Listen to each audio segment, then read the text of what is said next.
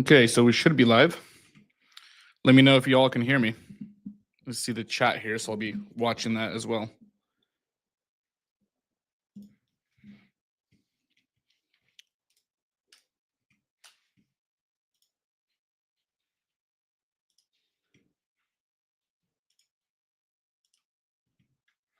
Perfect.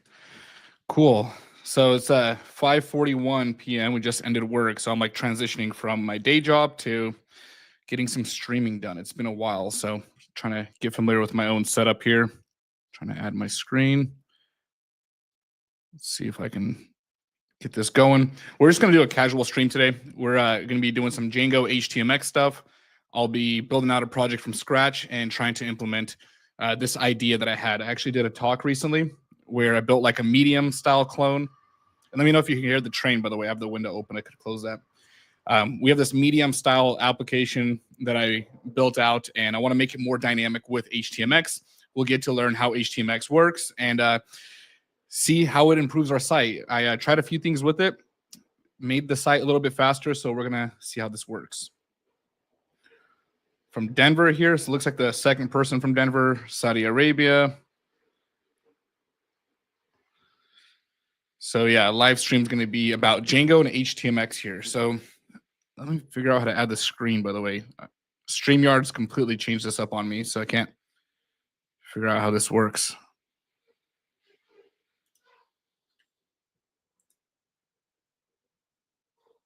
Oh, here we go. Present. Right. Let's see. I'll share my entire screen. Can y'all hear that in the background? There's like a train, some noise. It's not like honking or anything like that. It's just moving. So this is the application right here. Hey, Marvs from Nigeria. Good to see you here. Pakistan. Okay. So this is the application. This is a template. I just finished building this before the stream. It's a little bit of the reason to why I was late. But the idea here is to try to make this dynamic using the Django templating engine. The talk that I did recently at Danny Thompson's conference, the Commit Your Code conference in Dallas, I basically talked about the concept of using something like a template engine, something that Django already has built in, and try to make something like this dynamic where an application like this, anytime you're opening up like a new article here, so this is just a bunch of posts with the content exposed here. Anytime you click on it, typically we're doing like a full page refresh. If we want to make this dynamic, we add JavaScript to it. Well, HTMX is going to change this up. So this is what we're going to build, and we're going to make this dynamic in a really cool way. So if you stick around or happen to rewatch the live stream later on, about an hour or so into this, maybe a little bit sooner, depending on how fast I build this, we're going to get to the HTMX portion. So we're going to build this out. I'm going to copy and paste some styling and templates in here, but let's see if my Django skills are still there. So that's kind of what I'm going to work on. And real quick, for anybody that kind of wants a recap of HTMX, this is kind of like the idea here. I took some slides from my talk, and let me just fast forward to the part where I kind of describe HTMX. By the way, anybody in the chat familiar with HTMX? Like, have you ever used it, seen it before? I kind of love to get a count here and see what the audience is like. Used it, seen it? Oh, looks like that turned on my phone.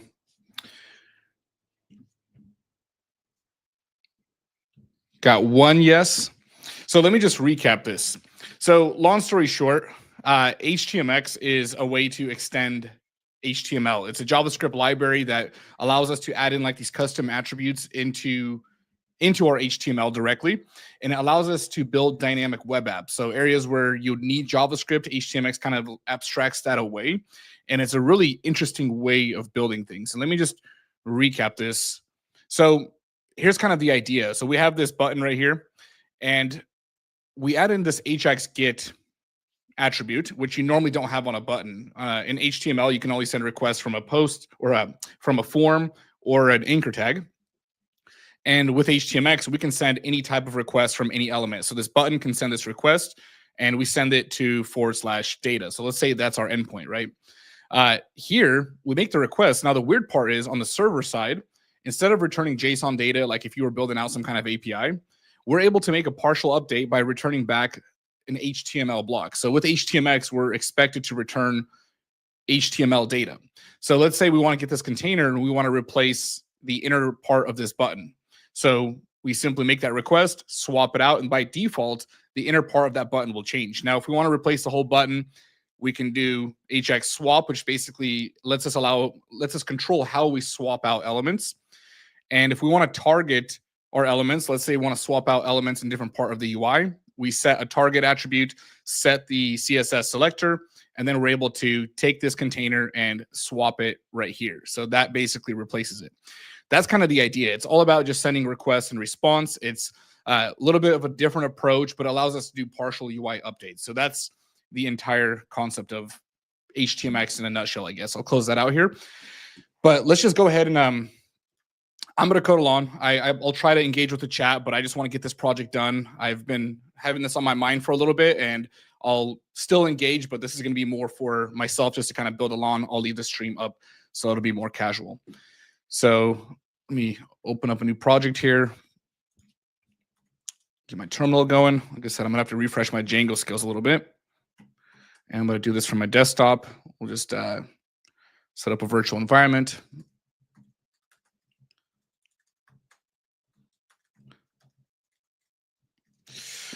Okay.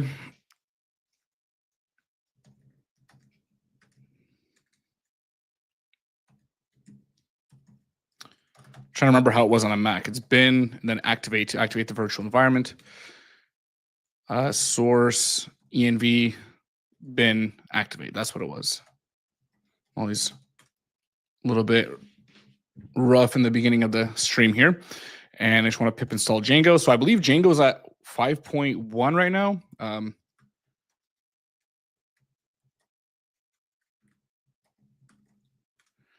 Let's see, Django 5.14. So we're using the latest version right now. Hey, Hennessy. I don't know how to pronounce your name. Sorry. Smone? Or maybe that's just a username.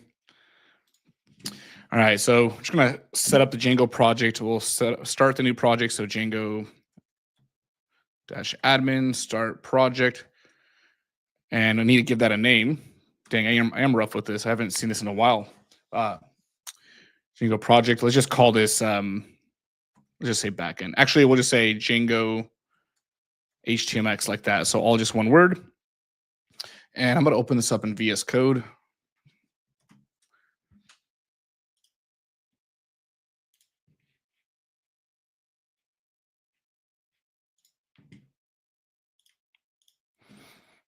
Let's see, I'm trying to find out on my desktop for my other screen, Django HTMX.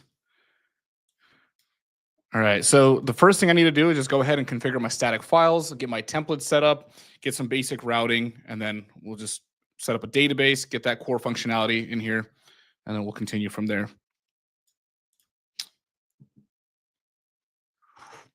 I'm going to move the mic a little bit so I'm not like sipping coffee into the mic. All right, so I like to start it off with a new app. So we'll do Python manage.py start app, and we'll just call this base Python 3 manage.py start app. Okay, and we'll just configure the app right now. So inside of settings.py, we'll set up the app inside of installed apps. So that's going to be base.apps.baseconfig. Just doing the annoying boilerplate stuff. I thought about just doing this pre-stream, and I did not have the time to work out any of this stuff. So we'll just see how it goes. Okay, so we get the app. We want to configure the URLs. So we'll go into base, and in views, let's just get our first view. Let's just do index. We'll just go to basic. We'll just use function based views, return, and let's just do a HTTP response for now. So we'll do from Django.http import HTTP response. I don't have my template set up yet, so return HTTP response, and we'll just say hello world. Got someone from Poland here. Nice. What time is it? It's late or early? Oh, it's early for you. It's like 6 a.m. there, I think. From Django.http. Why do I have? No, I think that's good. Okay, we're going to set up a URL inside of our base app, urls.py. Django.urls, import path. We'll import our views. Okay, URL patterns. Yeah, if you're watching the stream later, I'll timestamp it when we get to the good stuff once we actually start adding the HTMX stuff in there. So that's going to be our route views, and we're just bringing an index here. Okay, and then I need to also configure my root URLs file. So we'll just set that up. I think you all can see my screen. Try to zoom in a little bit more for now. UK, nice. Yeah, Tech Brains from UK. Okay.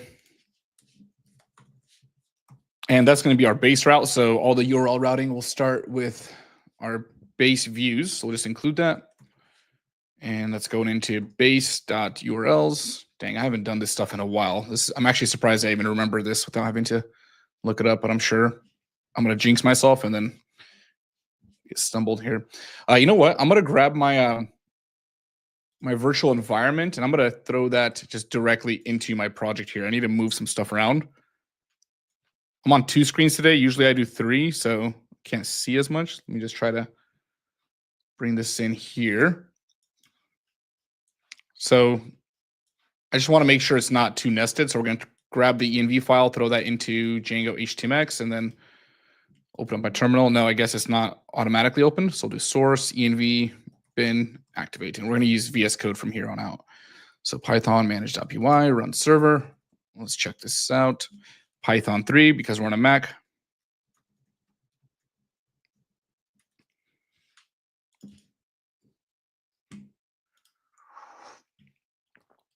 We got Europe here. Yeah. We got a multiple from Iran. Awesome. Anybody here watch my past live streams? Like from, when's the last time I streamed? Like almost over a year ago, I think. Like March 2023, I think was the last time I streamed.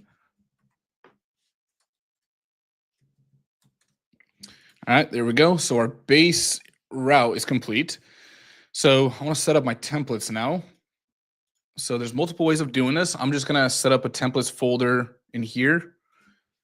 And this is where we're going to keep them. So templates. And in templates, I'm going to create a couple of folders. So I want to create my components separately. So components, they're going to be in their own folder. So there's going to be like those are going to be partials. And then our actual pages will be in the templates folder. And we also want to bring in some icons. So I'm going to have those in. And then for now, we'll leave it like that. But let's create a main.html page here. And this will be the one that wraps our entire page. And for now, I'm just going to comment the script tags out. And we'll just say h1. This is the template. And I want to extend this, make sure that our pages can go in here. Block content, and I'll just close that off. So I did this with Express.js. That was the original backend that I created, and I used Nunjux, the templating engine, which is actually insanely similar to Django's templating engine, or Jinja. I think Nunjux is actually a version of Jinja, if I'm not mistaken. Mr. Yolcom, oh, I remember you. Денис, спасибо. Пожалуйста. I haven't, yeah, it's funny. Like, I still recognize faces from the chat. It's been so long, but some people you just don't forget. I guess people that comment regularly, the names just start kind of becoming familiar. Okay, so we have the template. Let's create the index.html file. We'll just throw that in, get that set up. All right, index.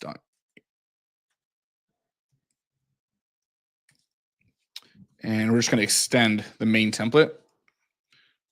Yeah, so this was kind of like the talk that I did. This was the main idea behind like HTMX here. I talked about how we use a Django templating engine, and it's one of the things that makes Django so awesome.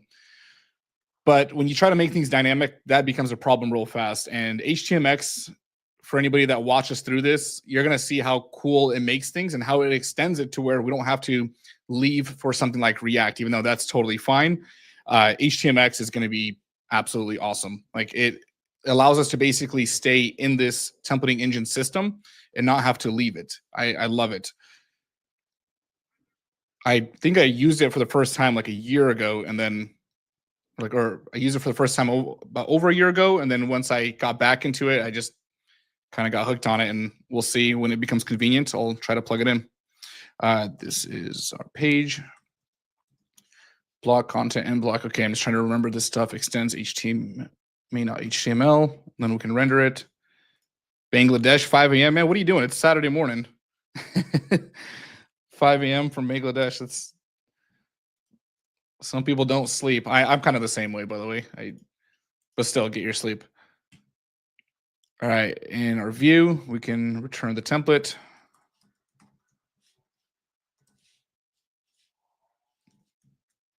We're just going to return index.html. And that's going to be our home page. And let's see. Template does not exist. Oh, okay. So I need to configure my templates. So inside of settings, let's see, because I put them in their own folder, I need to let Django know where to find these. So inside of templates, we'll do baster / and we're going into templates like that. I believe that should do it. Let me just remove that. Okay. I'm thinking about streaming on Twitch too. I know the chat experience is so much better there.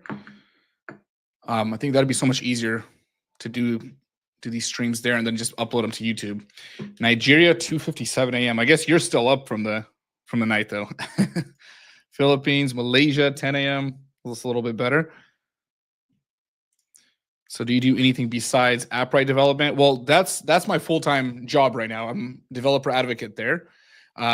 But I am looking to get back into YouTube courses and streaming. This is something that I really miss. I worked at Agora for about 2 years. So like, I took a hiatus, worked at Agora, working at Appright for over a year now. And that just takes a lot out of me. I also got really bored with content, and I wanted to try some new stuff. So I really don't want to make content on stuff that I'm not interested in myself at the moment. And yeah, it's just trying to do new things, I guess. All right, so we have okay, we need static files. That's what it was. Okay, so let's bring those in. So I need to link those up before I can bring in my files here. Static, we're gonna have our styles, and we're also gonna have JS. And let's just create a main.css file. Let's just do background color, and we'll just say aquamarine. I just want to make sure it's connected before we move on from here. And I'm going to put this into main.html. Bring this in. Oop, commented out the wrong one. So I believe in order to use static files, if I remember this correctly, we have to load static, and then we can bring them in. Oh, I see what I did there. I commented out multiple lines. So at the top, in order to use static files, load static. That's going to go in here.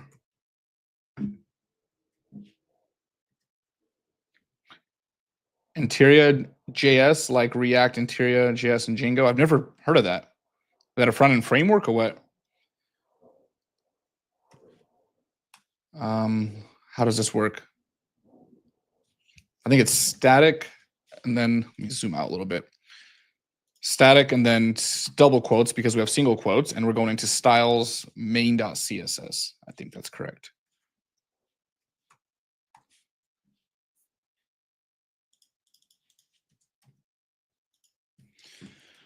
Okay, static styles main.css. Let's make sure main.css is saved. Oh, I need to connect my static files. So in settings.py, I do have to point to that folder. Static files _ dirs. And we're going into base directory. And we're going to find those in static.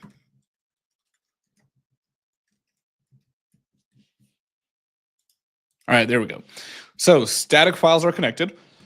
And I'm going to open up another project here. So this is another VS Code project. I'm going to drag in here. And this is that template. So I just have my main page, some CSS right here that I'm going to copy into my Django project. So let's just bring these into 2 new files. So we'll copy all of this, and I'll upload this on GitHub, by the way, after. So if you do want to follow along, just copy this CSS file. And then where did I put the Django project? Or did I close it? Oh, shoot, I think I might have closed it. Oh, no, it's just layered in here. So let's do this.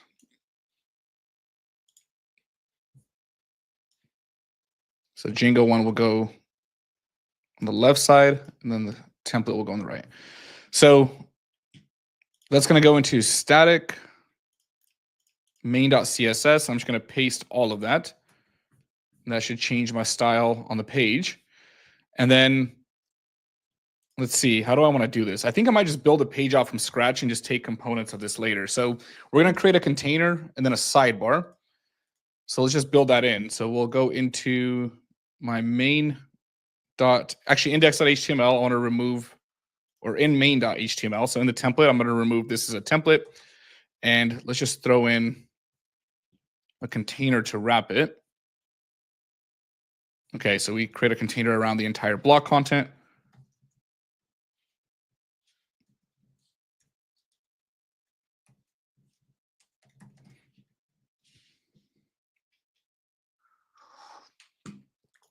If you like React and you want to do some SEO related stuff, Next.js is always going to be a good one, but HTMX could be the solution for you too.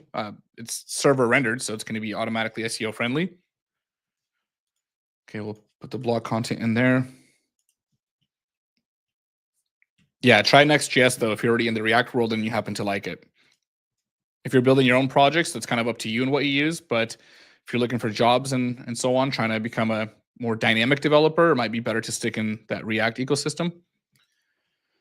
Okay, so I have this sidebar. So I'm going to grab this right here. And this is going into my homepage.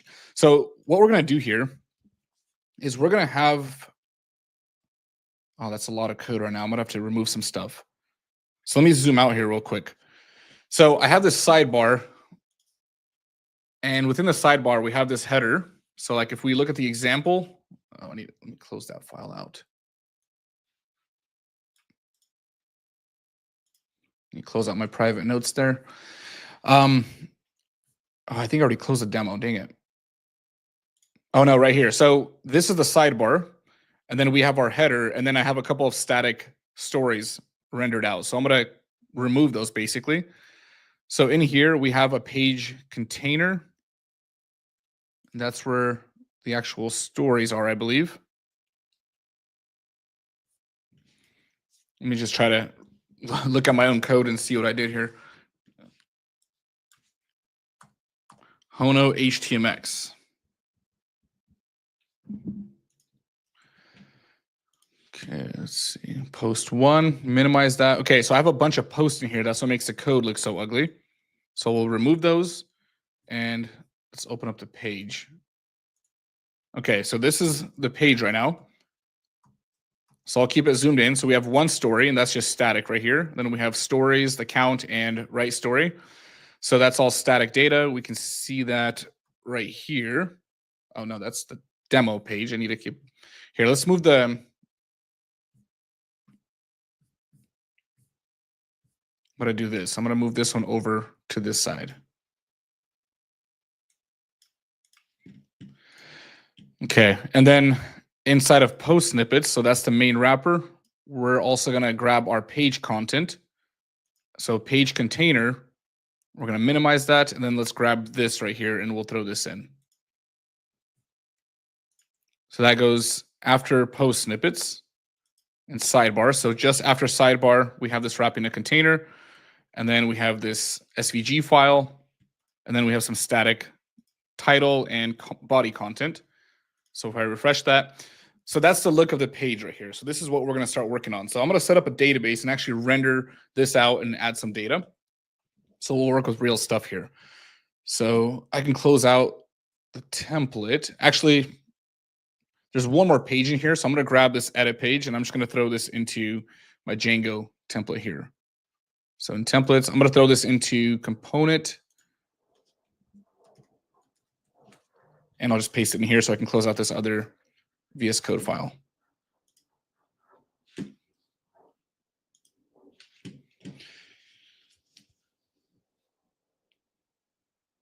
All right, so let's see. All right, we have that already. We have our static files. We created the pages. Let's start getting to the database now. So inside of base here, let's set up a quick model. And we'll just do post extend models.model.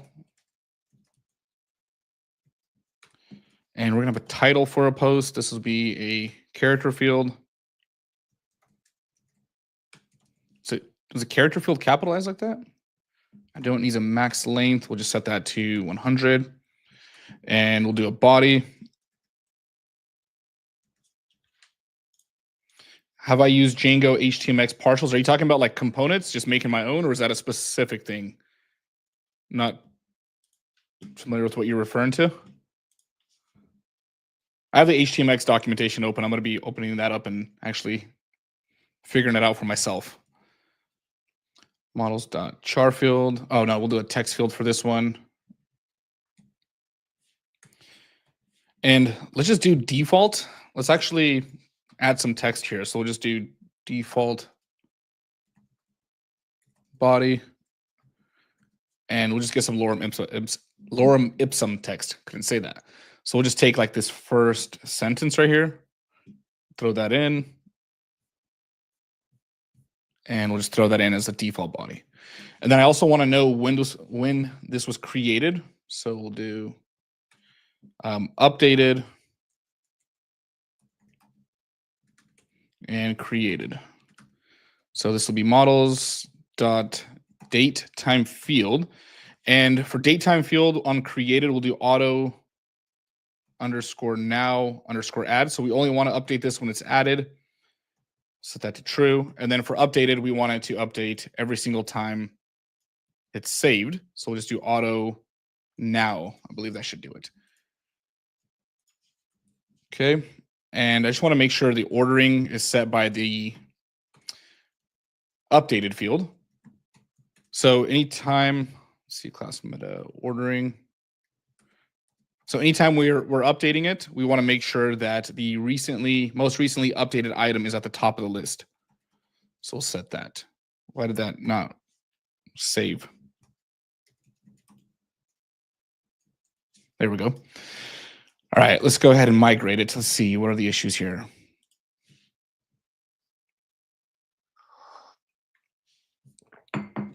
Something with the text. Oh, that needs to be a string. That's probably a good idea.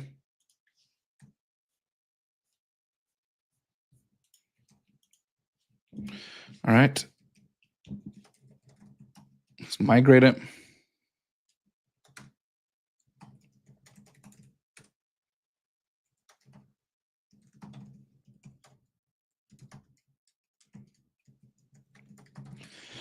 All right, we're just doing the one model. Keep forgetting to do Python 3. And I'm going to go into the admin panel, add some data too. Yeah, I'll save the live stream. And Masad, thank you. If I'm pronouncing that right. Yeah, I noticed that. Okay, we need a super user, Python 3, manage.py, create super user. And we'll just do Dennis, Dennis at email.com. We'll just do a fake email for now.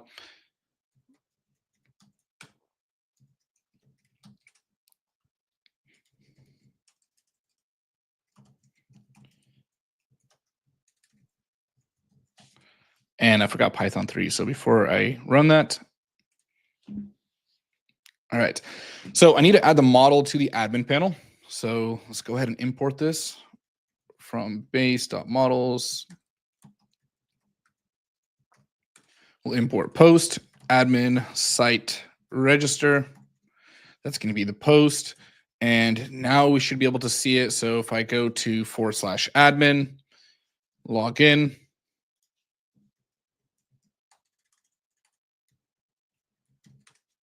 All right, here we go. Have our post.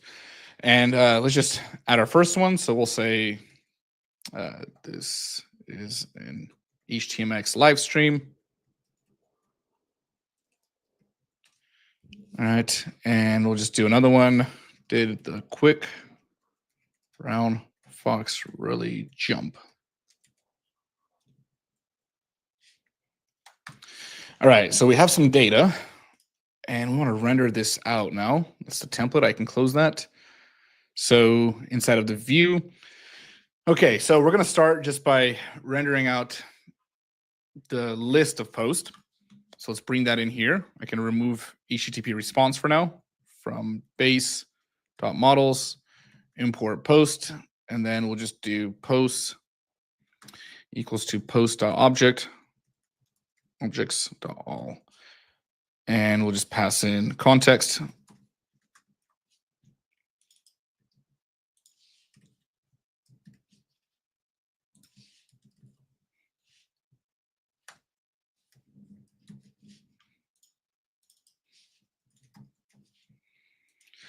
Okay, now in the template, let's go into our sidebar. So in index.html, this is where we're going to start separating things a little bit. So we have our sidebar, our header, post snippets, and then the actual story. So instead of post snippets, we'll create the for loop for post in posts, and we'll just do N4. All right, and then we'll just fill out the content. So we'll throw in a title right here.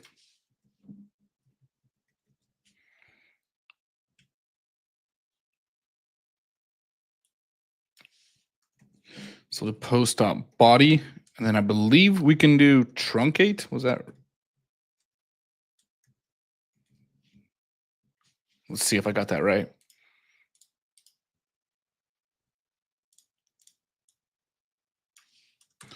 And I think I need to set an amount. So it's like truncate, and then I'll just do 20 like that. It's the first 20 characters.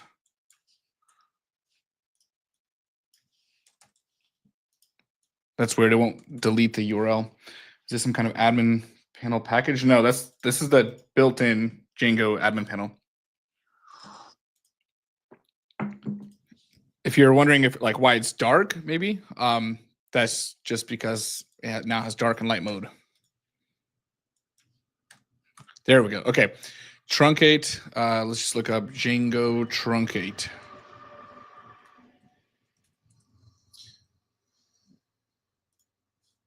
How do you use this? Truncate words, and then you set the word count. Okay, so truncate words. That's what I missed. And let's just do ... like that. So it should show a preview. Truncate requires 2 arguments. What am I missing? So the text, pipe, and then so post, body, truncate words.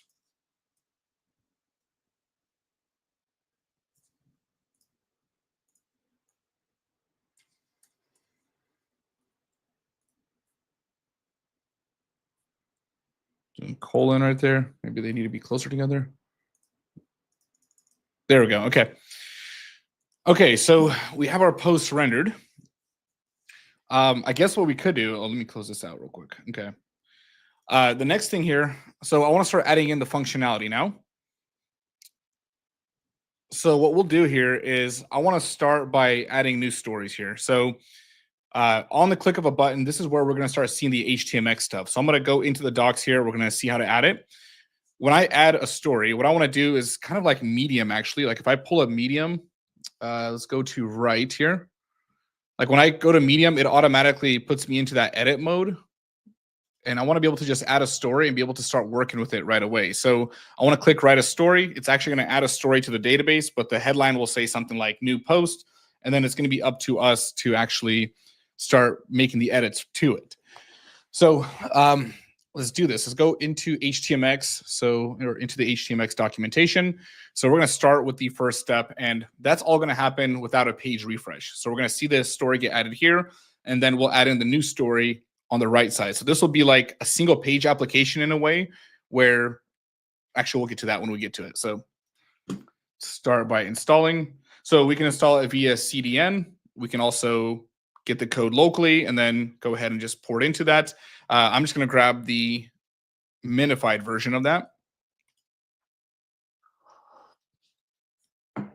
And I'm going to bring that into main.html. We'll throw that in. So the script tag is going to go at the top, and now HTMX is going to be available in our application. So the first thing I need to do here is go ahead and add in that functionality in the sidebar here. So I actually want to clean up my code a little bit more. So post snippets, we're looping through the post, and then we have this SVG file, and then we're rendering that out right here. So I want to take this SVG out and make it its own component real quick. So that's why I created icons, and this is going to be trash.html. It's kind of hard to work within. So we're going to take this SVG and we're going to throw that in here, and then we're just going to include the icon here. So that's going to make that easier to read.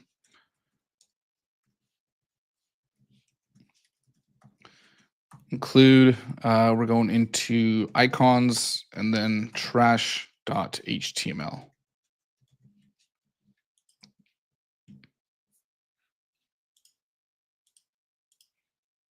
Icons trash does not exist. Oh, it's / I need to do dot. Okay. And I also want to take the snippet. So as we're iterating through it, I want to take this entire snippet and make it its own component as well. So we're going into components, and I'm just going to do snippet.html, throw that in here. And then we can go into index, and let's go ahead and just remove that. And we'll include the post, or include the snippet.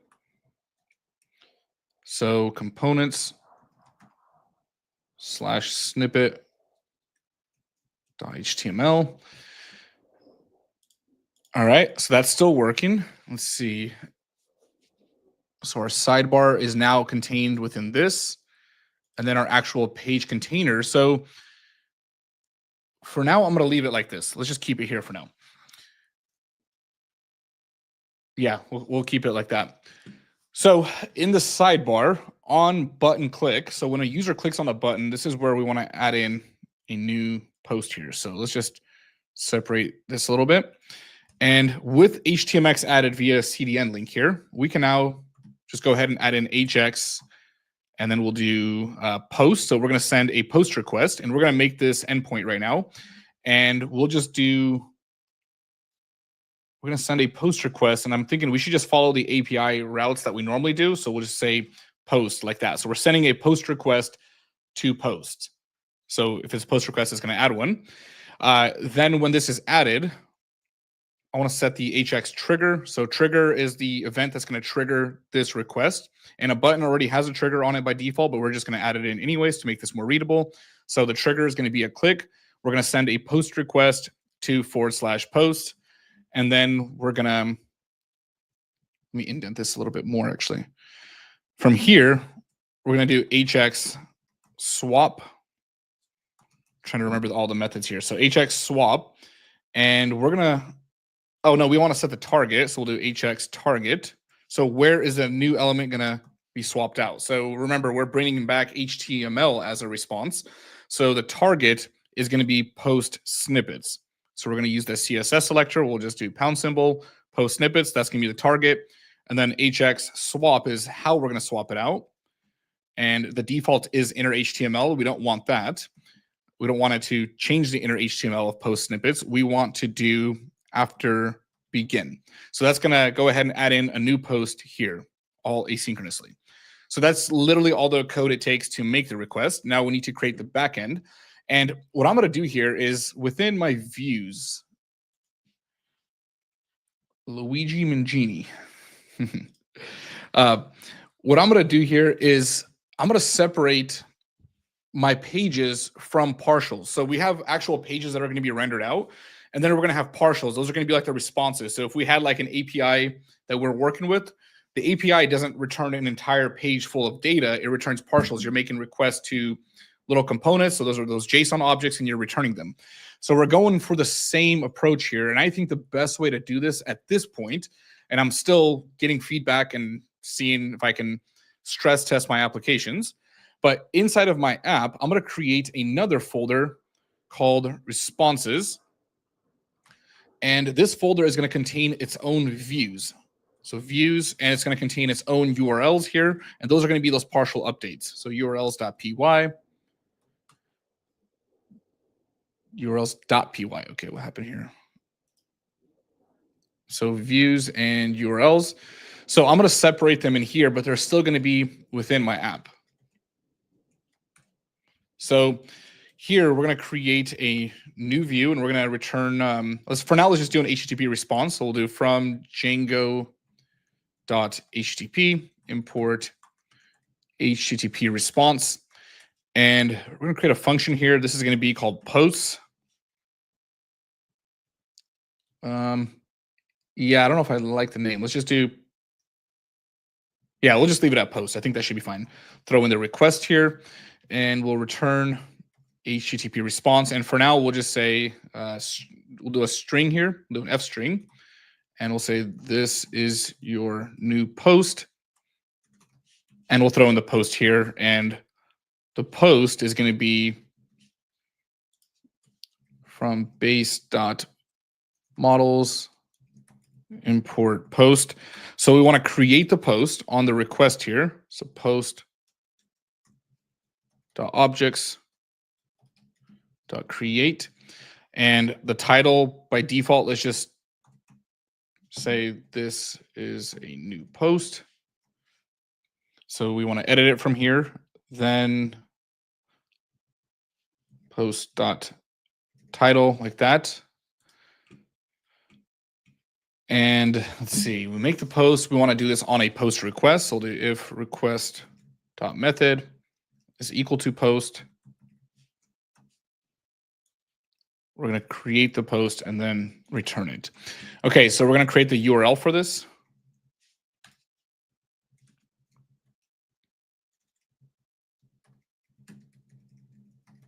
Import path, and we'll import views from .views.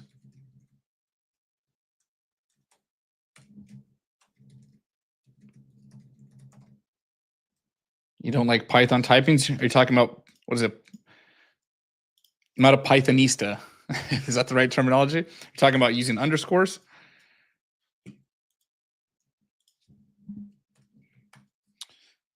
Let's see, URL patterns.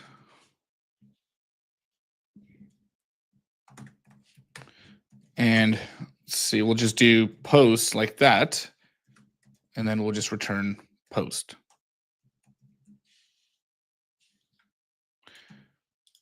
We're not going to concern ourselves with that with perfect code right now.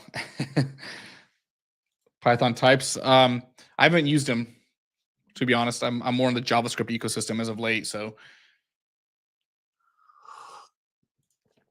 I'm not as good at Python as you think. Okay, so we have the endpoint. Last thing we need to do is configure the root URL. So here we can just do path, and we'll also do include. And we're going into base.responses.urls. I don't know if I like the term responses. Maybe I could, should I just call it API, or that'd be weird? I feel like that would be confusing to call it API, because when you think API, you're thinking JSON data. I guess I could do that. Let's just try that. Let's just do API like that. Actually, no, we'll leave it at responses for now. So respond. There we go. Okay. If I find a better way to refer to it, then I will. Okay, so we're making that post request. And what I want to do is I actually want to prefix it. I just realized that. So I don't want to, let's do this. For the actual URLs, we'll just call it API. So we'll just do API like that. So anything with starting with API and then continuing from there, we'll go to these URLs here somewhere. A little bit nested right here. So we'll go to these ones.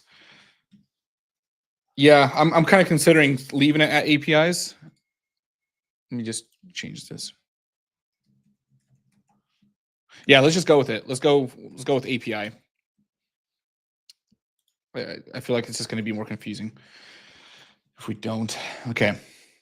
So now when we make this request, we're going to API and then post like that. So it's going to make the request to post. Then inside of our API, we're going to post here. I'm going to make one. Let's try it.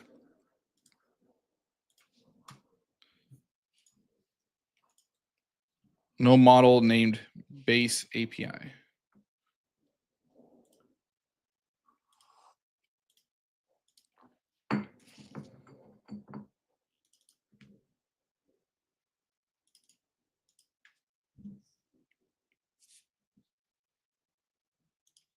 So it's in this folder. It should work.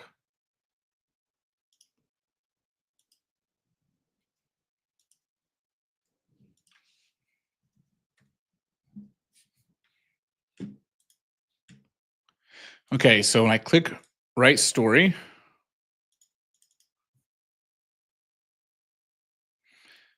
I have to end it with the / here. So let's do that real quick.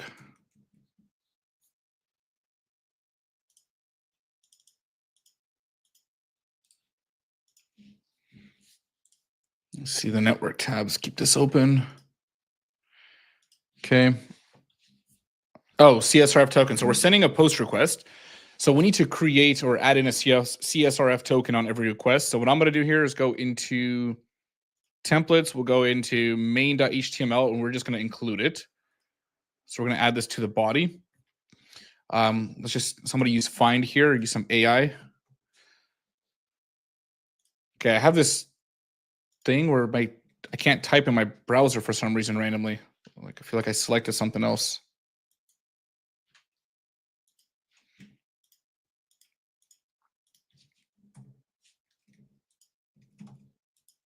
That's annoying.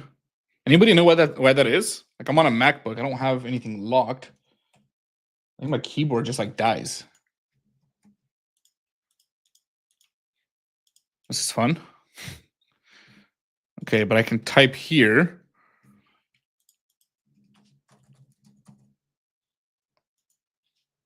I'm using Chrome. Like, yeah, I literally can't type anything. That's no fun. Let's see. Try doing Control-Shift-R maybe. Try hard refresh. Like, there we go. So it just works and then it doesn't. Django HTMX CSRF token in header. I've done this before. No, I don't want to do it with the JavaScript. This is what I'm looking for right here. So HX headers. So we can just add it using HTMX right there. We're just going to throw that in. So that should add a CSRF token on every request. So that's in my template. And that should work. So I automatically have access to it. And I guess the site's not too mobile responsive, but it's okay. All right, so write story. Awesome, there we go. So check this out. So you see that new post right there? That's being added. The page is not refreshing, and it looks ugly because we're just returning back that HTTP response. But when I refresh it, you'll see the new post be added here. So let's do this. Let's go into base views, API views. We'll do those somewhere up here. And we're just going to return the template. So the cool thing is we can just return back like partials. So we'll just do render request. And this is going to be components. And we're doing snippet.html. And then we can just pass in context with it. context is going to be, and that's just going to be the post itself. So we'll throw that in, and then we'll have access to it there. Okay. We'll just leave HTTP response there, but we do need to import from Django .shortcuts, I believe. It's the shortcuts, yeah. Import render. So import the render method. And let's, yeah, okay. Just leave it like that. Dang it, the browser thing happened again. Okay, let's just go with it. Okay, so I add a new post and it's being added. So right now you can't tell because they're all the same, and I was hoping just to delete a few. Okay, yeah, perfect. Now that I got it. Localhost 8000. Let's go into post. Let's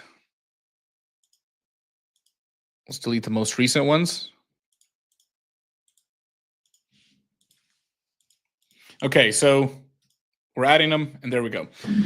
So the next thing I think I want to do is I want to add the post page. So I want to be able to click on a post and then have it appear right here. So I want to be able to actually alternate between them without doing a full page refresh.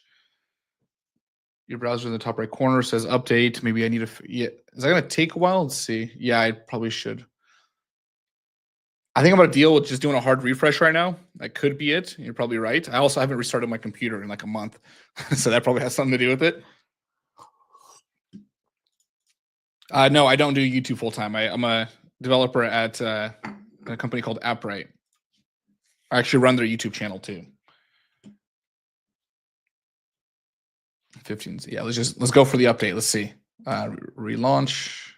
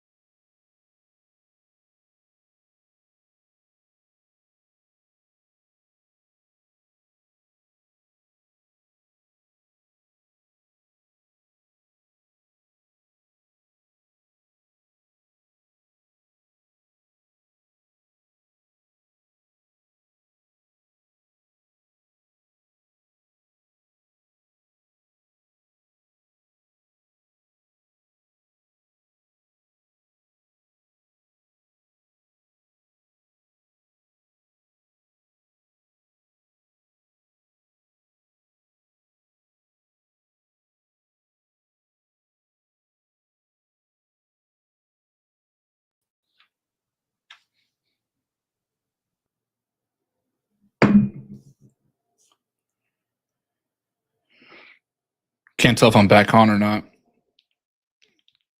There we go. Okay, so what I didn't realize is when you update your browser, it kicks you off from the stream. It completely logged me out, so I had to log into 2 of my Gmail accounts. So let's continue from where we're at. Let's see if that fixed it. All right, logging out of everything. Share screen.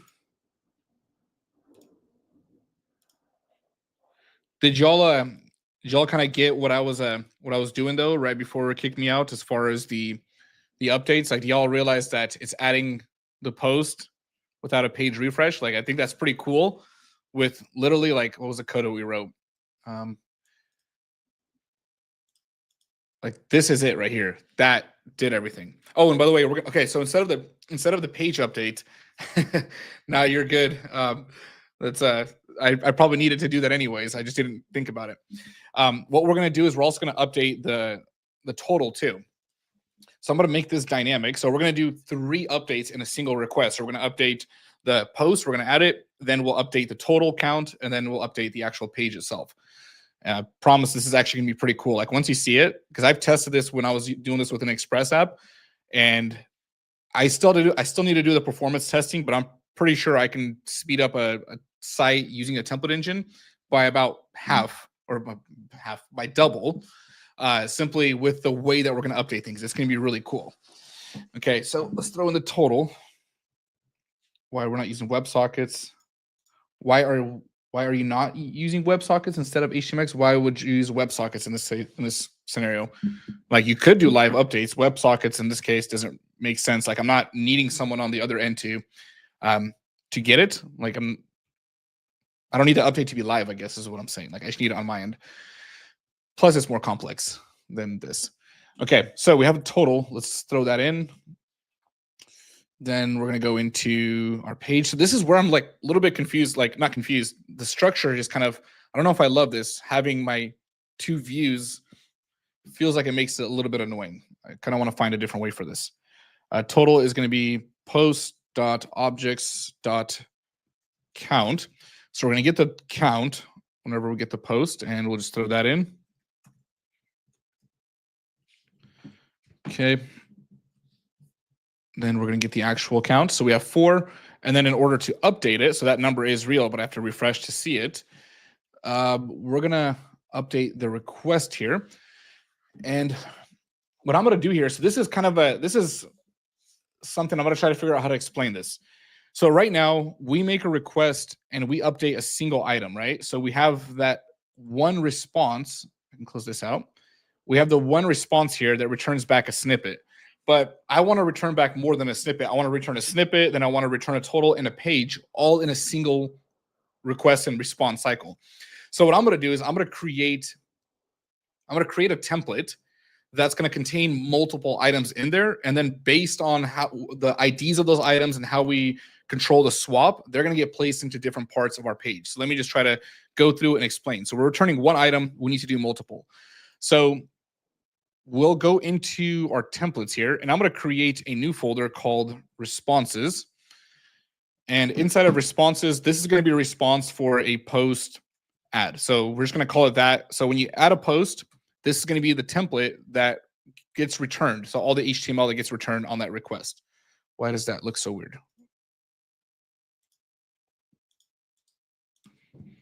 Post_ad. So that's like the action, I guess, that's going to happen. So in here, we're going to return our snippet. So include, and we're going into components, snippet.html.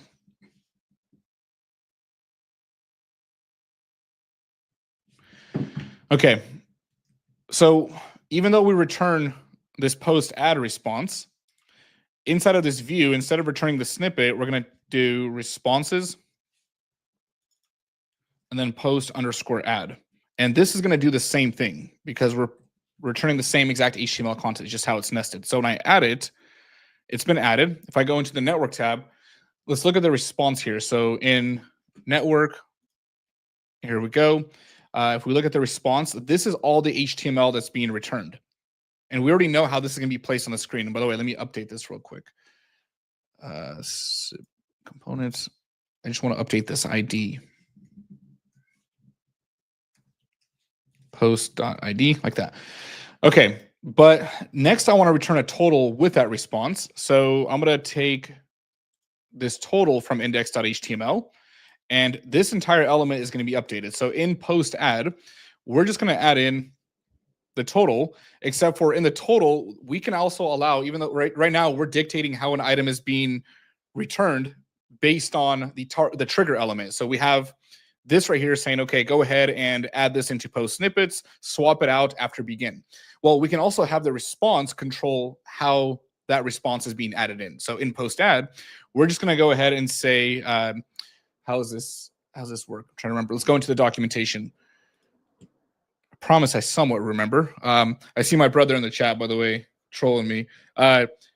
Check his channel out. If you have a second, he actually released another book on his channel, all on Audible, and they're in physical copies. He's an amazing writer. So while I'm trying to figure this out, I'd recommend opening that up in another tab and give yourself something to listen to or read later. Let's see, how was this? Target. Oh, that's what it was. So it's a HX swap, and we're doing an out of bounds swap. So because this is not part of that target element, it's considered out of bounds from the original request. We're just going to say true. So HX swap out of bounds, OOB, is set to true. And what's going to happen is when this gets returned in that response, it's going to find this ID. So in index.html, we already have this ID. It's going to find this element right here by the ID and swap this out. So this will be that new element inside of here. So I hope that makes sense. We'll look at the request and response, but let's try it. We'll move this over. We'll write a story, and that didn't work. It kind of worked. So something happened, and I think I know what that was. So what I need to do is I need to go into post, and I also need to return a total with this because we're generating a new total. So we'll do post or total is equal to, and this is in the response, post.objects.count. And we're going to throw that in right here. So that's going to get returned with it. So write story, the story is added, and you see that total being updated. We're also adding a new post. And maybe I should like change this right here so it doesn't just say this is a new post, but you see a bunch of different versions. So let's just, actually, yeah, it's going to take too long to do that. So we're updating two elements, but if we look at the response now, instead of the network tab, check this out. So we return the post snippet, and then we return the total. So let's go for a third item now. Let's do this. For the post, I'm gonna do like a timestamp. Forgot how to create a timestamp. Let's just we'll go into find. We'll ask AI to help us here. Do Python create timestamp. It's like time import. Yeah, I think it's import time. Python timestamp from date time import. Yeah, let's just copy some code. That's always a good idea. Current time. We'll bring this in here, and we'll make that the title. So I just want to make sure it looks different. There we go. Okay, but it's giving me the dates are pretty much the same. Okay, so we'll leave it like that. Now let's swap out the actual content. So while we have that, we also need to return a page. So let's do this. We're going to create a post page now in a template. So this will be a component, and we'll just call this post.html. Trying to remember how I want to do this. And we're going to take this entire page, and I need to do some cleanup here also with the SVG file. So we'll copy this. This is going to be a edit icon. So I just want to import that. Let's clean up some code.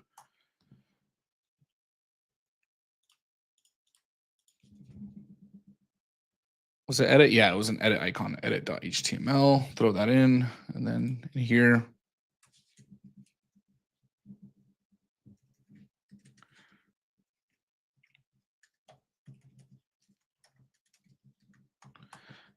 And we're just going into components, edit.html. Okay. Mess something up here.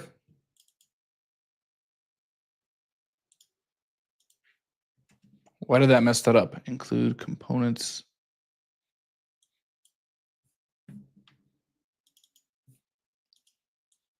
That shouldn't be the case. Let's try to undo everything.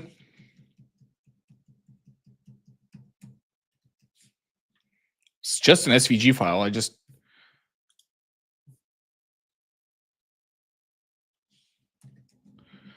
So I know if I remove it, it messes up the formatting. No, it doesn't. Okay, I lied. Let's try to include that again.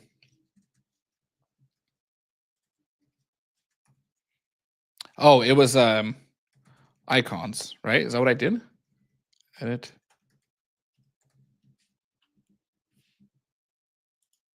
Okay. So that's cleaned up. Then we're gonna go into the actual page container. So we're gonna leave the page container, but this div that wraps everything, let's remove that. And we're gonna throw this into components, post. I think I want to create it as its own component.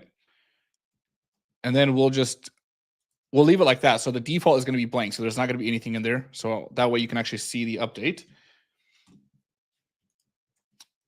Okay. And then what we want to do here. So this is going to be part of the response. So we're going to go into responses, post add. So when a post is added, we also want to add in the post page here. So we'll do post like that.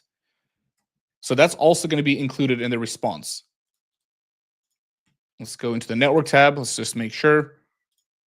So in post, now we have the total, we have the snippet, and then we have the entire post right here.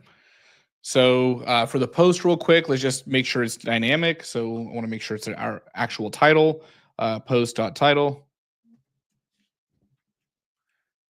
And then we'll do post.body. And then we'll just make sure that this is actually formatted here in a little bit. So the way we dictate this, so the post is part of that response. So we can just do hx-swap, and this will be an out of bounds swap too. But in this case, instead of setting this to true, like what we did with the total, we're going to target this on our own. So we're going to make sure that this targets the inner HTML. I believe I'm doing this right. The inner HTML of the page container. So basically, we're going to replace the inner contents of this div. So we're going to target it by its ID, and we're going to tell the swap to occur in the inner part. So it won't swap out the actual div like our total did. It'll place this inside.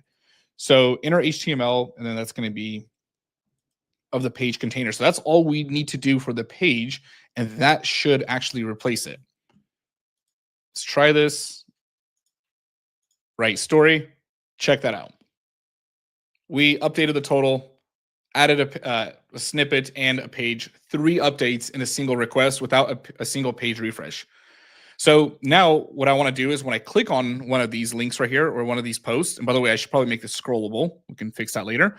I want to change the page. So now I want to update the page only here. So what we're going to do is we'll go into our snippets now. Let's close out a bunch of stuff here. And we're going to go into components, close out icons, components, snippet. And whenever we click on the text of a snippet, so we'll go to this part here. Let's create some space. Let's go ahead and make a request. So we'll do an hx get. So the verb is going to be a get request. And we're going to make a request to post. And I want to get the post by ID. So we'll do post, not pist, post ID. We want to set a target. So let's create some indentation. So remember, a div in HTML does not send an HTTP request, but with HTMX, it does. So we'll do hx trigger, and we need to specify the trigger here on the div because it's not a button, it doesn't have a natural trigger. This is going to be on click as well. We're going to send a get request to post and then a post ID, and we'll do hx target, and we're going to target the page container. And we're going to do hx-swap, and we're going to swap the inner HTML. Okay, so that's whenever we click on an actual post snippet.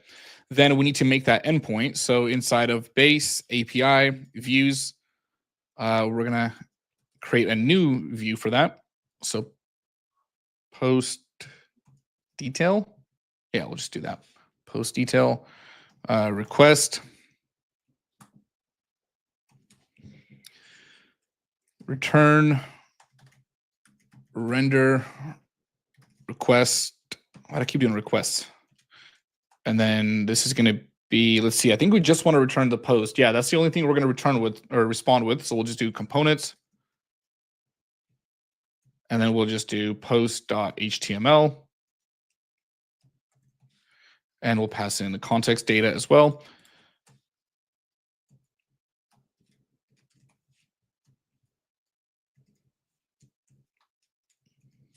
So that's the only thing we'll need to update. So let's just get the post and, oh, I misspelled request here. Electric Universe, thank you. I appreciate that comment. It says, love your concise videos, super useful when stuck and I don't know what to want to go through long videos. For that one, specific details, DRF and auth tokens. Yeah, that was a video I made a while ago. That was actually turned out to get some decent views. That was an interesting one to make. I really had to break down that topic a lot. Post objects.get, and then we're going to get the ID, primary key, throw that in. Okay, it's going to have a dynamic URL. That's why a request kept being misspelled. So we're just passing in the post, returning it. We want to create the URL here and different URL file, path, post, and then string and PK will be the quest here. Views.post details, like that. And post, okay, that should make the request, return that, and let's give it a shot. So in snippet, just add the trailing / there. Okay, so now when I click on a post, let's go to inspect element, go to the network tab. What's happening here? 19. Oh, I forgot one thing. Almost choked on my own spit. API. I need to prefix that. That should do it. Okay, so the request, we see the response, out of bounds swap, inner HTML, page container. Do I need to change that? Let's go into the documentation. Swapping before n. Let's go to out of bounds swap. So we can set true.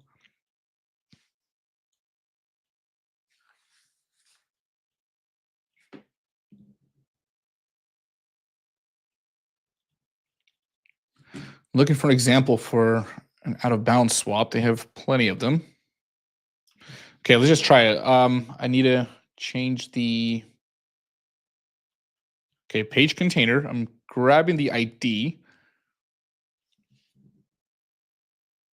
to the post snippet. Components.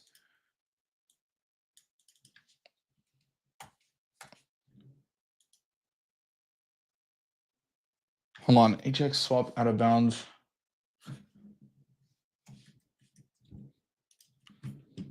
Was that it?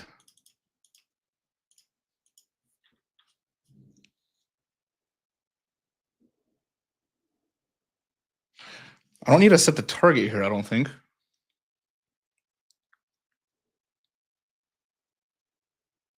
All right, let's go into the docs. Let's just go to the source and let's just do this. I'll just use some AI. So HTMX out of bounds swap with a CSS selector. Check swap that. Check swap out of bounds before begin. Yeah, like this example. So you set the style of the swap and then use a CSS selector. So it was supposed to be inner HTML, and then we swap out page container.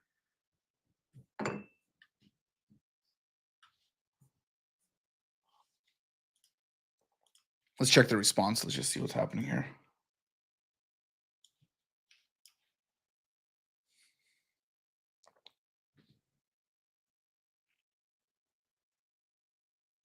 All right.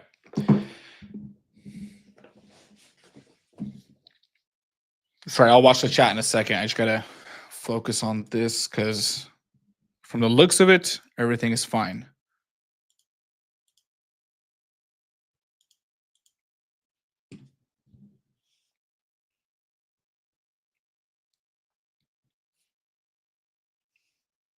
I want the oh, that's what it was. Okay, so here's what's happening.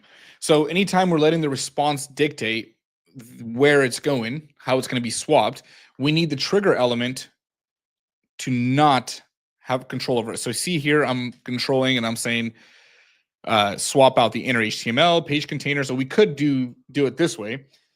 I don't want to do it this way. So we're letting the post itself swap out. So we're gonna and by default, the trigger element needs to swap something. So we're gonna completely remove this, and we're just gonna say hx-swap, and we're telling the trigger element, don't do anything. You're not responsible for swapping anything out. All you got to do is make the request. So it's saying don't touch it, and then the response will set the out of bounds swap. That's what it was. I wish we had an error for that. That is, it's not telling me that there was an issue with the response. There we go. So look at this. As I'm swapping these, and we've gone so far, let's just close a few out. We'll go into the Django documentation. Okay, we'll go into admin.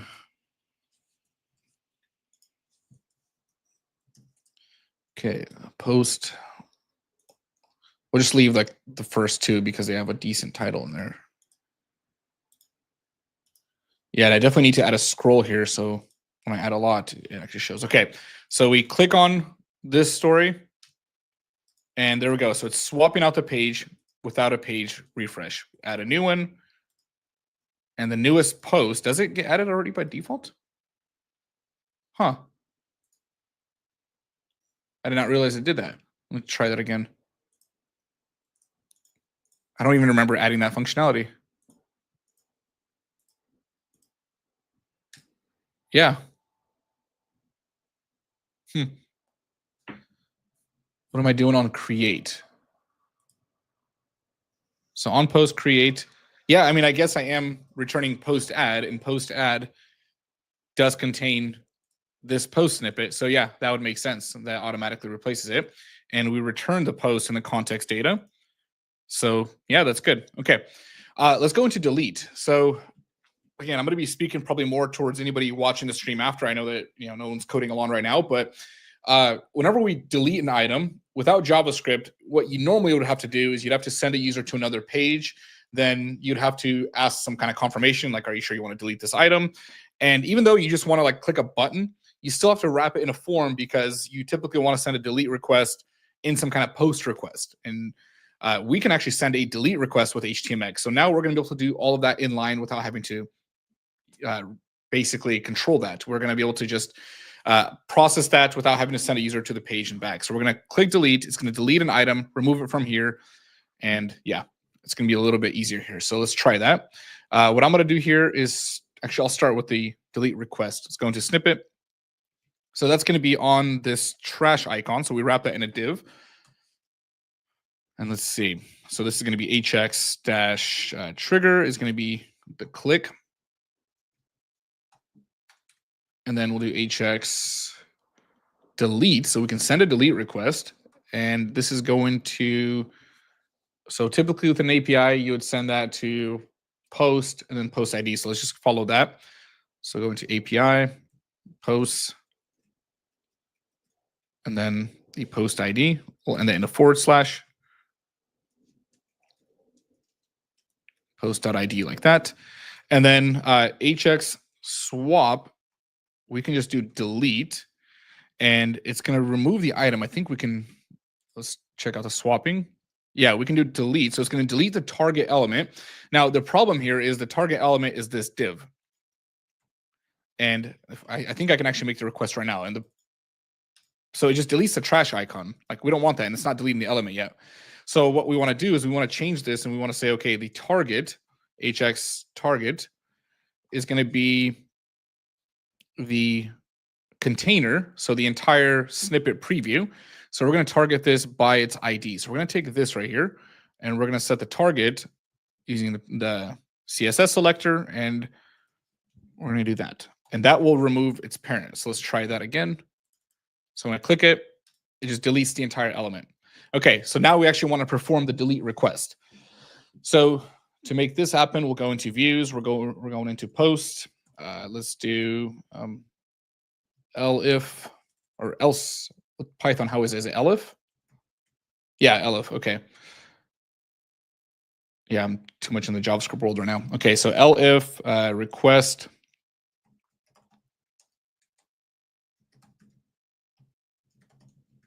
if the method is delete, then what we want to do is let's get the current post. So no, hold on a second. That's wrong. We're going to put this in post detail, and we'll just start here. So this is going to be if request dot method is equal to get. We'll just indent this, and then we're going to add our logic below it.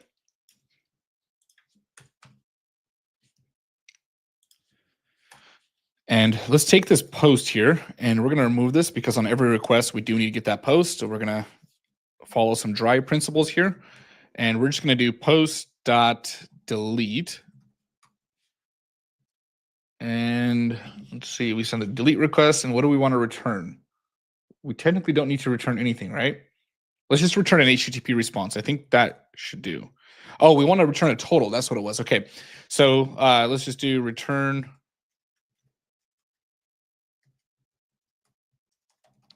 render request.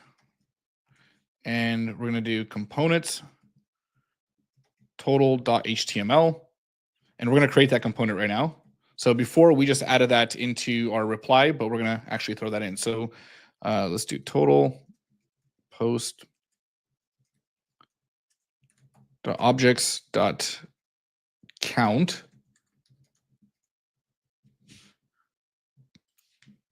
So we're going to get that and then throw that in. And that's the only thing we're going to return. So we'll just pass it in like that without creating a context dictionary. Okay, now we want to create the total. So let's go into our components here. Templates, components. This is going to be total.html. And let's go into our responses here. We'll do post add, and we specifically want to get this total because we want it to swap. And what I'm going to do is I'm just going to replace this one right here just so we actually, no, we don't need to do that. We'll leave it as is. We'll actually just include it. Let's just do this.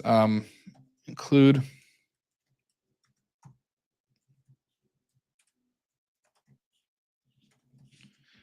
All right. Components.html. And then in my total, we'll throw this in. And then we can take this response. We'll add that into the post add response. So that just cleans up the code a little bit.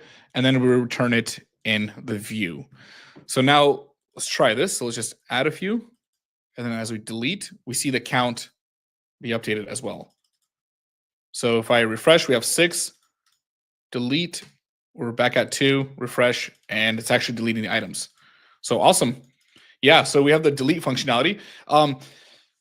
Before we add an edit, I want to clean up a few things. This is where we can go for some site speed here. I want to test something out. So right now, there's a few small issues. So first of all, let's just render out the post page here. So see this page container? What I want to do, I actually want to find my explanation for it before I do it. Let's do this. Let's actually add a second page here. Let's find the issue first. Let's try to backtrack a little bit. I'm thinking too fast. Okay, so in my views, right now we're technically only within one page, even though we're updating this and kind of flipping through certain pages, right? Well, I want to create another page for a post. So post request.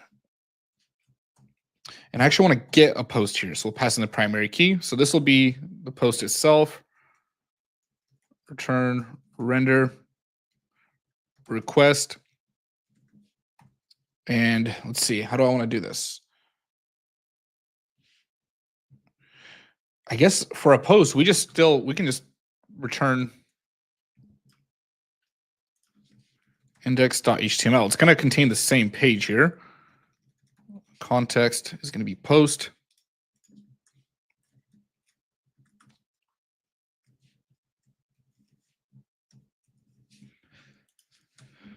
And then we want to get the post is equal to post.objects.get.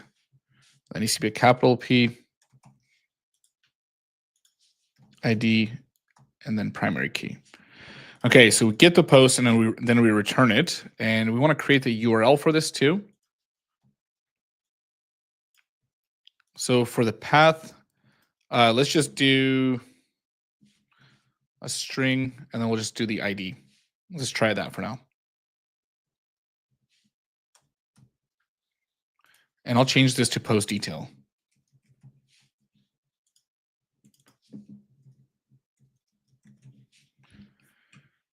Okay. So check this out. If let's say I have this one open right here, this HTMX live stream post. Technically, we're not on this page. Like if I refresh the page, it just goes away because we're not actually updating the URL. We're not technically loading a new page here. So I kind of want to fix that state here. Even though this is going to be like a hybrid between a multi-page application and a single page application. So that's kind of what we want to work with here. So if I ever like happen to go to a single post here, let's try to get a post ID. Let's go into my admin panel. This is the ID of 33. So if I throw in the ID, post detail got an unexpected argument, PK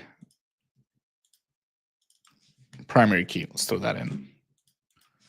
So I can still render a page, and I guess I'm not rendering any content with that. See, I'm returning index.html.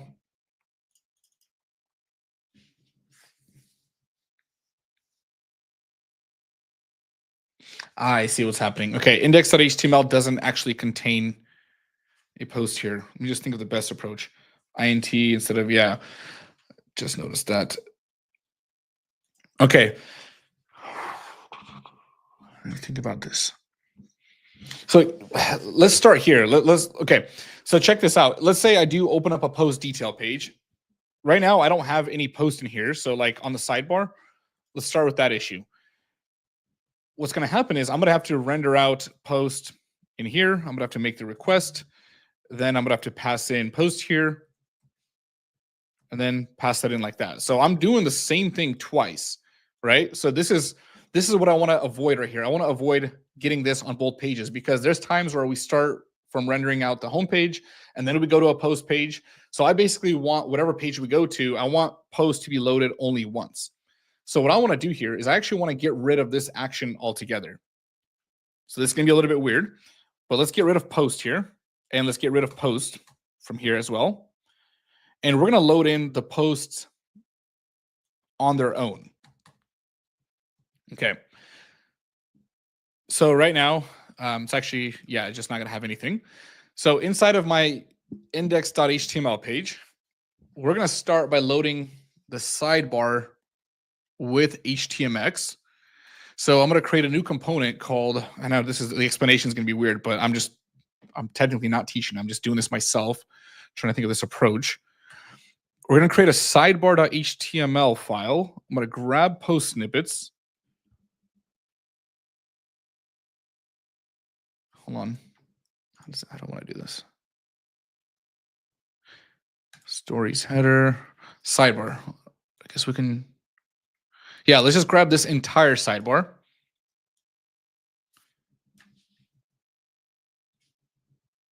And we're going to throw this in here. Then what we're going to do is we're going to call this sidebar on any page load on its own. So we're going to call it on load. So I'm going to need to return a partial from my API. So in API, we're going to create a view. And this is going to be sidebar. Let's just call it sidebar for now. I think it's better just open up the first post. First post on the index for a hard refresh. No need. I'm trying to do something a little bit different right here. You'll see what's happening. So we'll do request. I get what you're saying. We just get the first post and load it in, but I'm trying to do something else here. And then return render request. And we're going to go into components, sidebar.html. Pass in context. We're trying to create a hybrid of a MPA and SPA. Okay, so in the sidebar, we want to get the post.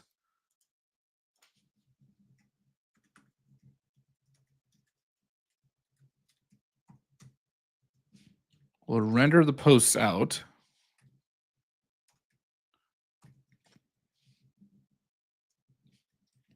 Then we'll make an endpoint for the post. Let's see. Yeah, I guess we'll just do path.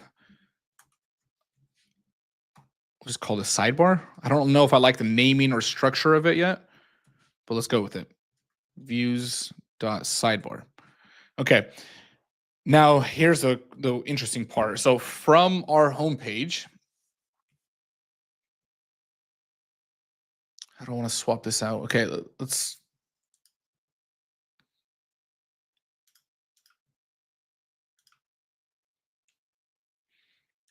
So we're going to delete all of this. This is going to get a little bit weird. It's going to be interesting to teach it when I do make a course on this. We're going to call hx-trigger, and we're going to trigger this on load, hx swap. We're going to swap the outer HTML, I believe. That's what I want to do. And the target element is the current element. Let's try this.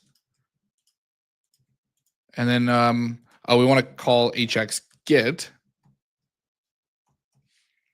And this is going to be hx get to API and then snippets.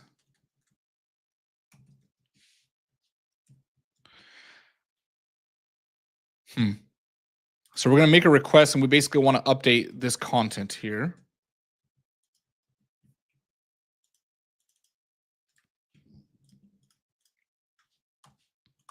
Definitely going to be breaking my application here. Okay, let's see. On load, we make a request to snippets.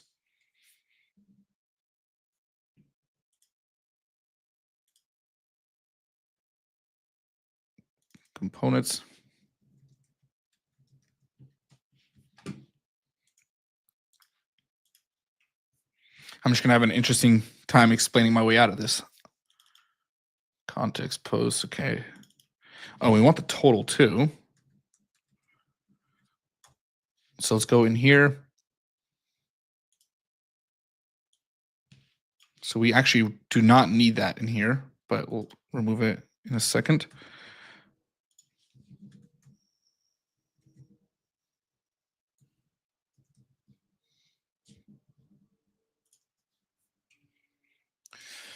Okay, now I need to figure out what the issue is. Let's see. Preview header, URL not found, API, sidebar. Did I not create the endpoint? So sidebar, views, sidebar. And then inside of index.html, let's try it. Let's see what that looks like. Oh, snippets. Sidebar, that's what I was trying to do.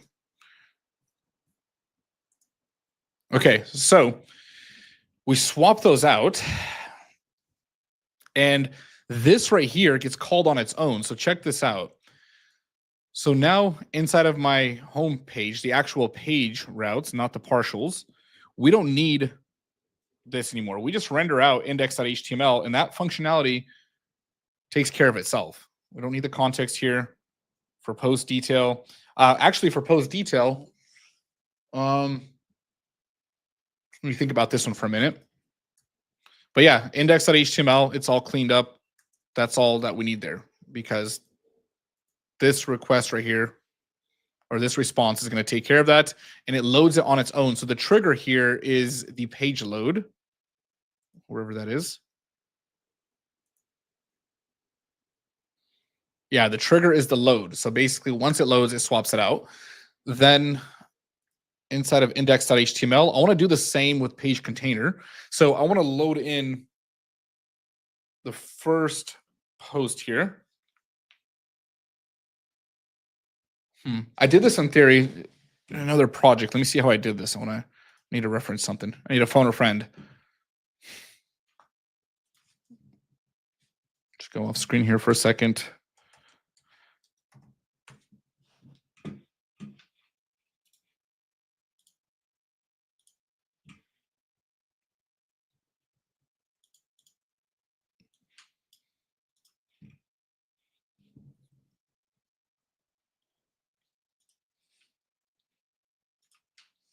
I know what I'm trying to do. Just trying to remember the most efficient way to make this actually happen.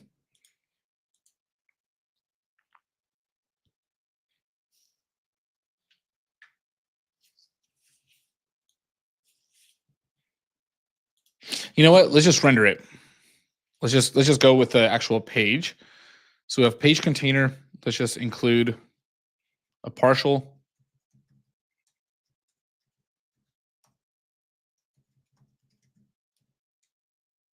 Post.html.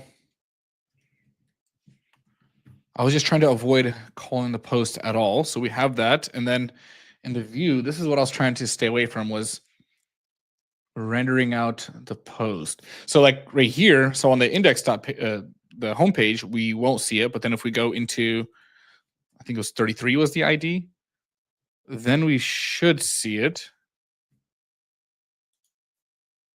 Oh, we need to pass in context here.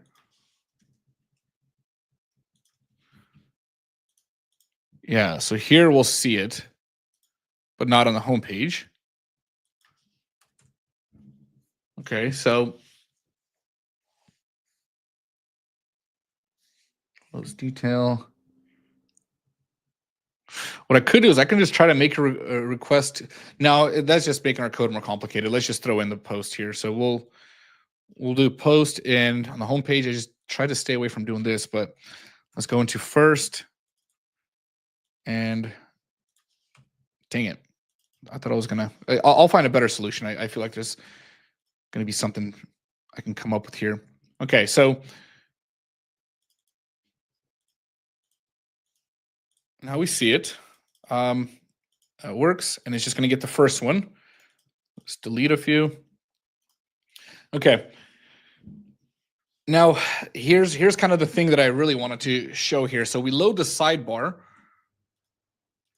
When we flip the page, we don't keep our state. So with HTMX, I'm going to manually, using some JavaScript, update the URL here. So we're not going to actually switch the page, but we are going to update the URL. So that way, if someone does happen to like grab this link and share it, we're able to go directly to the page, or we're able to start at the home page and kind of navigate between them. So let's go into, let's write some custom JavaScript here. And this is going to be very minimal. Let's go into static JS, and we'll call this main.js, and we'll go into our main page. And then we'll get into editing our post actually. Main.html, let's grab this, comment that out. So we're going into static, and then JS/main.js.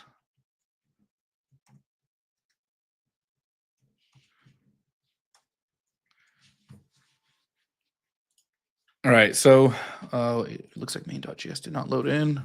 What did I do wrong here? Oh. So inside of main.js, we can listen to HTMX events. I believe we can call HTMX dash or dot on, and then HTMX, and we'll just do after request. After, actually, let's do before request, and I believe you do camel case it. Let's go into the docs. Let's check this out. I need to move my computer. I can't really see.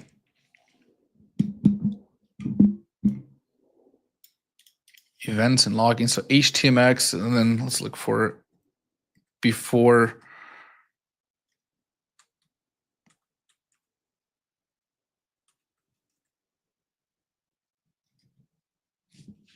I know it's an event. That's not correct. I try to do a control F and I can't find it. Special events? No.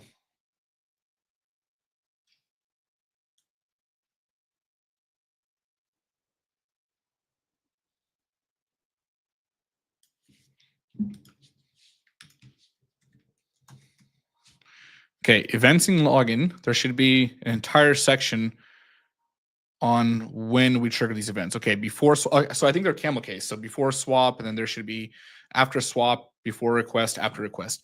So before we send the request, we're going to trigger this function. We don't need to make it an async function, but we will get the event here. Basically, before our load request happens or any request occurs here, we're going to console this out. Let's just try it, console.log, and let's just see. I'll just do HTMX event, and we'll just console out E. Let's try this.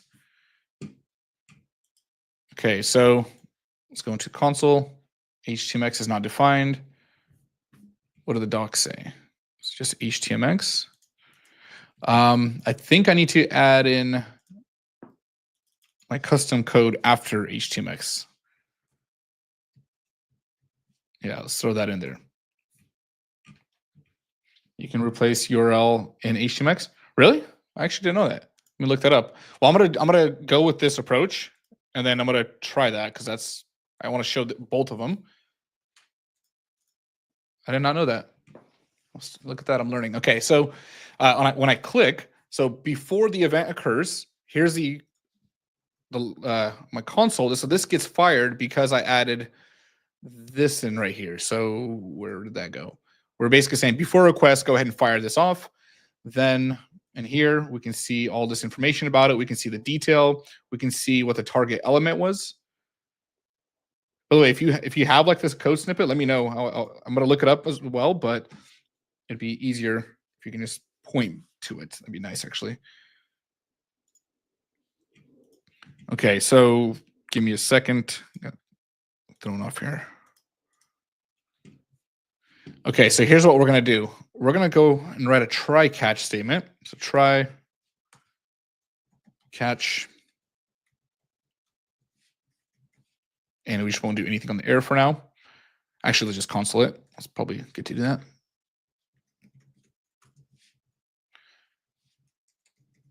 Okay, so in the try statement, we're going to get the new URL. So new URL, we're going to update it. And we'll just do e.target.get attribute. And I want to update the URL based on the item that was clicked. So we're going to set a custom attribute, and I'm going to call this URL. So we're going to get that attribute on the trigger element. So that's going to be on the target. And then we're just going to call window.history.push state. And we're just going to update this. Let's see. We just want to throw the new URL in. So page and then post. We're going to update the page title. For now, we'll just do post instead of the actual post title. And then throw an empty there, new URL. And by the way, I'm looking at a code example because I did this in another demo that I was working on. I just want to make sure I'm doing this right. So we're updating it, getting the URL attribute.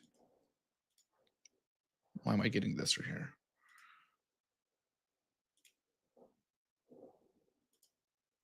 Okay, we'll leave it like that. Then in the snippet itself, when we click on it, we're going to add in that custom attribute here.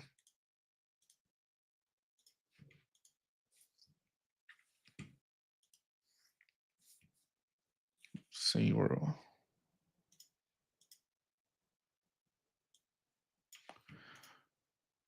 So that's going to be on the target.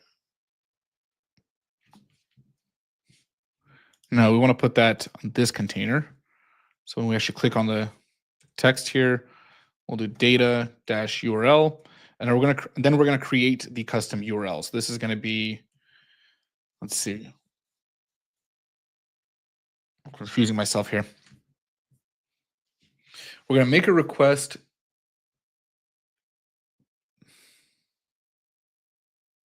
No, so we're just going to update the post. So all we're going to do is throw in the post ID. Why did I make that so confusing? Post.id like that. So that's going to be the new URL. And then Yeah, that should work actually. Unexpected string.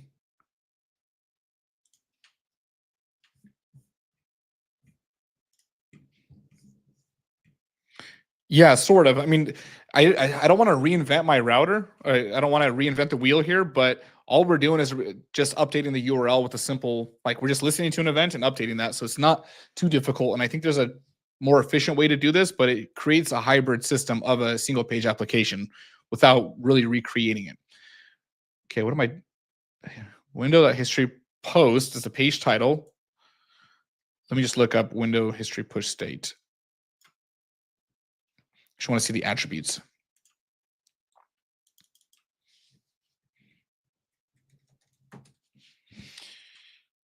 What is HTMX 9? Did you see that somewhere? So state, title.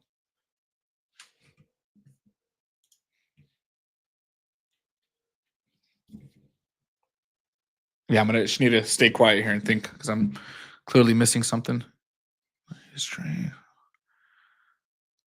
JavaScript object with a new. Did I put the title in the wrong area? Maybe.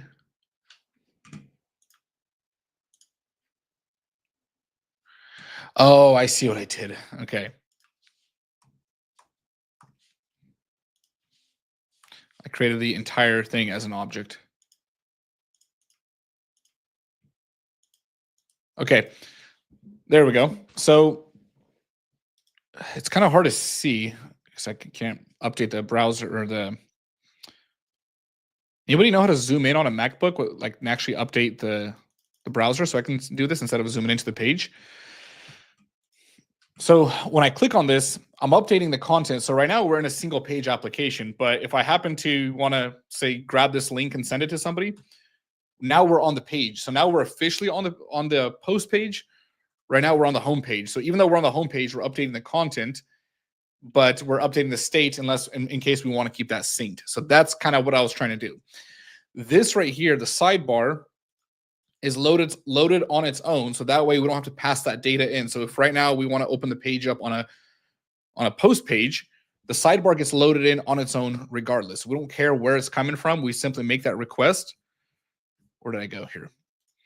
We make the request right here. So we basically let it load itself in. It has its own endpoint that it comes in from. And if it takes a little longer, it's fine. The initial page load is already complete. Okay.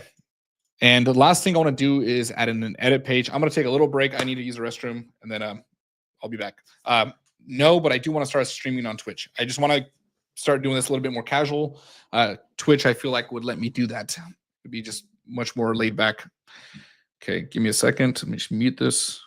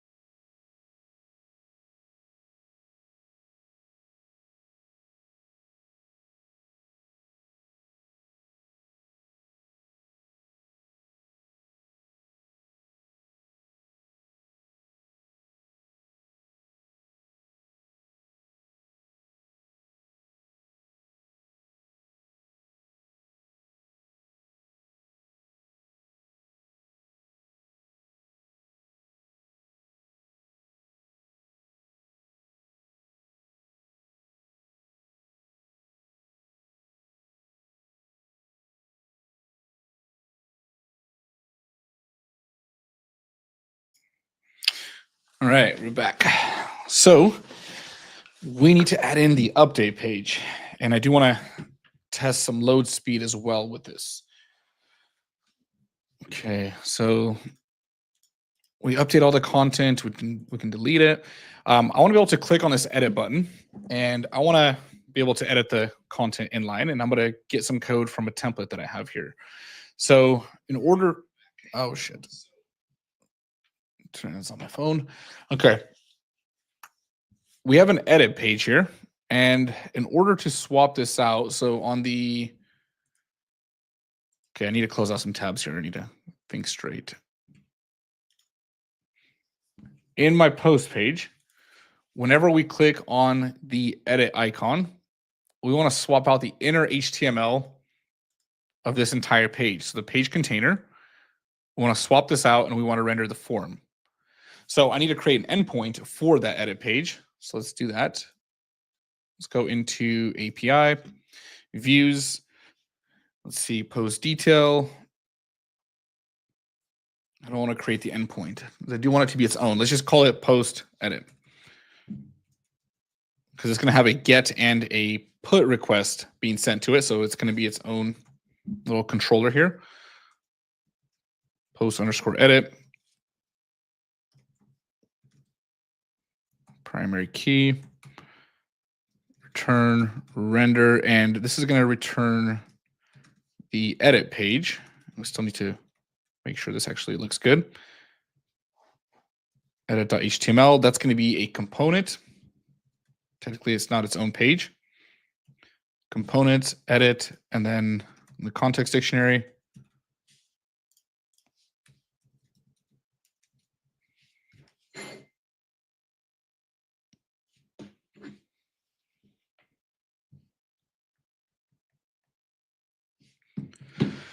Okay. So we do want to get the post itself.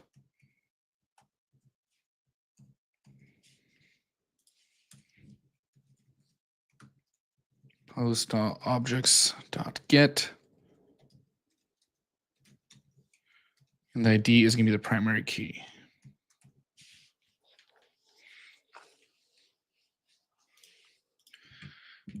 Okay, let's see. So we rendered that out, and then we need to create the endpoint for that.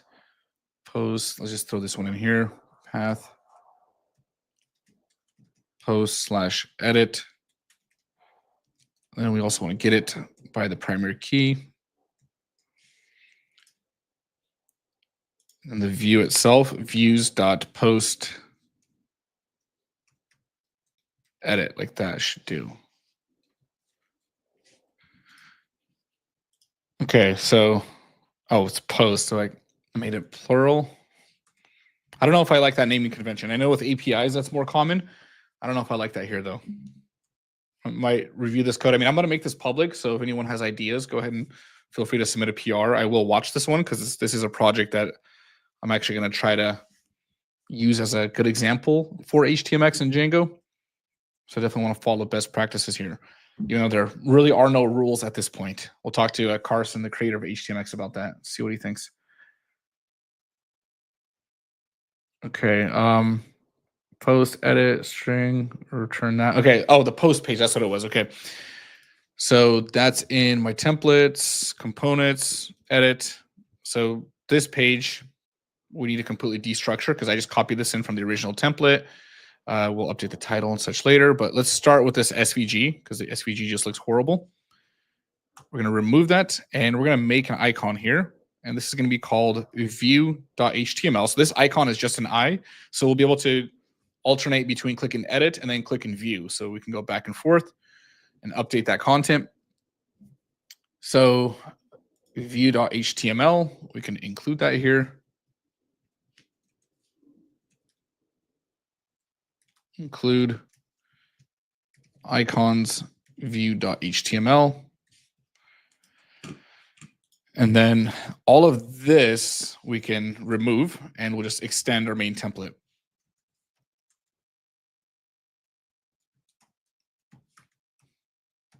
Main.html. I'm going to wrap this in a block.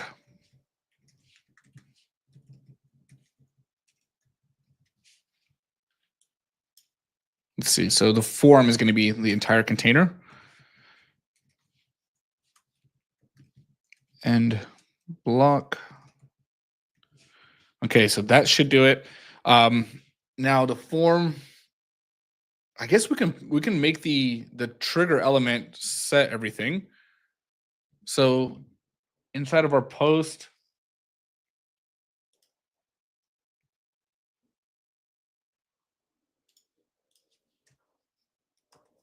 let's try that. I because we're only swapping out one element, so the trigger should be able to do it. So in post, we'll let this be the thing that swaps it. So we'll do HX trigger.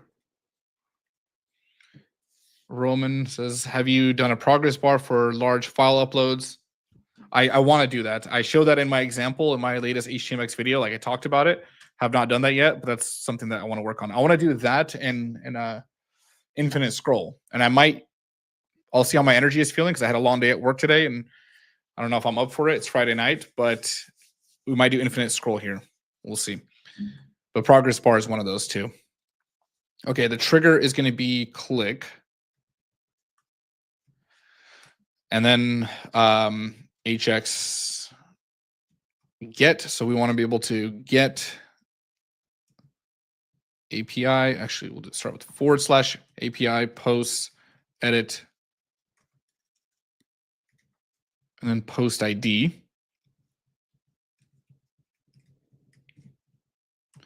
Then we will do HX swap, and we want to swap the inner HTML of the, let's see, post inner, swap the inner HTML of page container. So this is what we're going to do here. And I think we can add it right here. So HX swap, it's going to be an out of bounds swap. I don't know if I'm doing this right. Out of bounds swap page container. No, that's not right. Okay. It's not an out of bounds swap. That's why that looks weird. Okay. HX swap inner HTML. And then we need to set the target to the page container like this. That's what we need to do. Okay. So it's going to get this partial update and it's going to swap this out. And I just realized I did not need to do that. I can just get the form. So that did not need to be wrapped at all. Because I'm not, yeah, let's just try it. All right, look at that. Okay, so this is a form. I think, no, it's doing that thing where it won't let me type. Okay, let's click on it. We'll figure out the details there. Let's just go into edit, form, value, icon, text, value, the quick. Okay, so value should be post.title.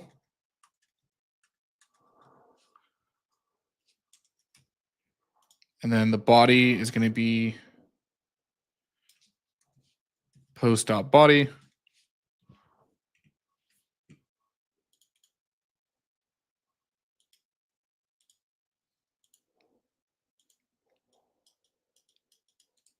What's going on here? It doesn't look right. Why is value just this?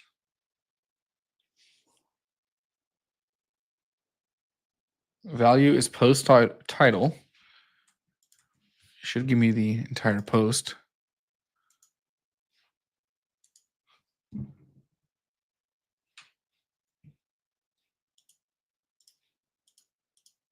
Yeah, it's like it just gets the beginning of it. Not truncating it. That shouldn't be the case.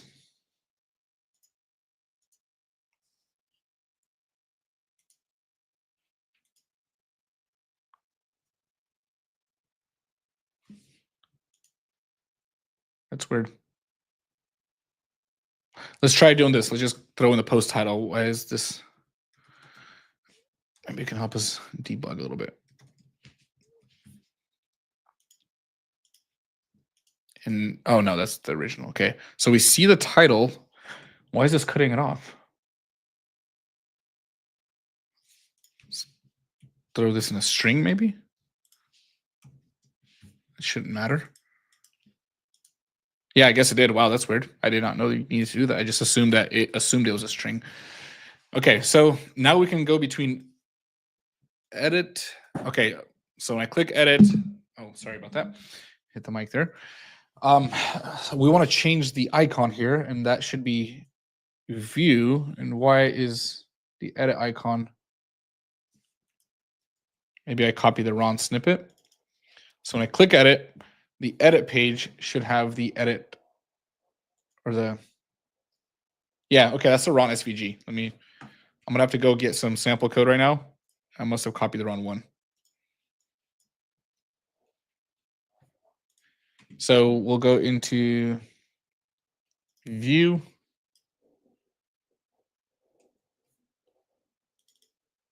There we go. Okay. So this gives us the form. Then when we get the form from the edit page, we also want to be able to swap this out. So when we click on the view icon, we'll do HX trigger, and this will be click. HX get, and from here we want to get the post page, which we should already have a view for. Post detail brings us back the post. Okay, and then the URL for that is just post. All right, so API posts and then post.id. HX target is going to be page container.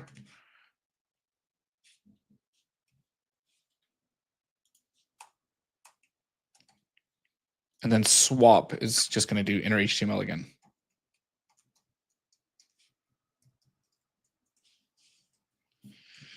All right, let's try this. That didn't work. Got a train going by. It's pretty loud. What's the response?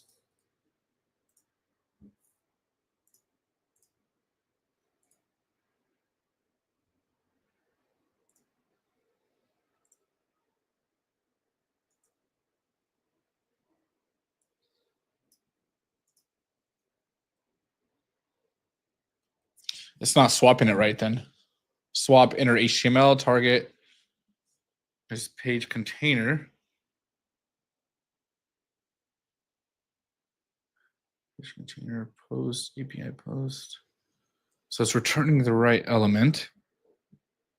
/ like a trailing. It shouldn't be the case. Or did I put that in the wrong area? Yeah, that seems correct because I'm sending a GET request, so I shouldn't need a trailing / Let me zoom out a little bit. Oh.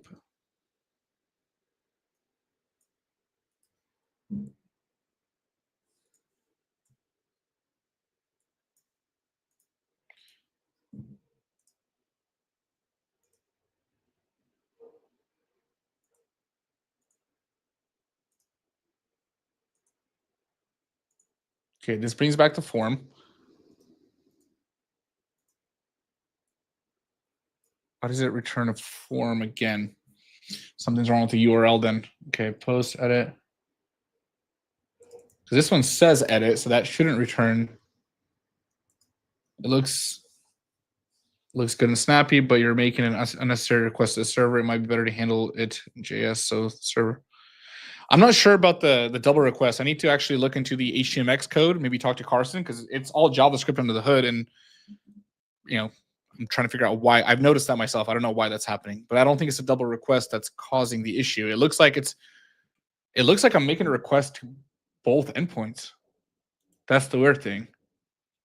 Trigger, click, get API post / post ID. HX target is the page container, and we want to swap out the inner HTML. In the post, we do swap inner HTML, page container. This should not be the case, but let's just try putting the target after. That does not make sense. But right now, nothing makes sense. Doesn't your post try to swap? Right. Oh, I think you're right. So in this, yeah, you're right. Dang, that's Really good. Yeah, because the post already takes care of its own swap. So in that case, we would make the request and we would just do hx swap none. Damn it, that's good. See, my feedback for Carson is going to be to maybe put some errors. I think that's the issue. I mean, I'm confident. Yeah, that's good call. Then Nick Eastman, thank you. Yeah. So look at that. I can now go between these and make some edits. Now, for some reason, when I'm typing, I don't know why my form field is not editable. That's a non-HTMX issue. That's just something with my form. What do I do here? So input, form, type, text, name, value. Why is that? Can anybody tell me why that's happening? That's an interesting one. I do want to test editing it right now, though.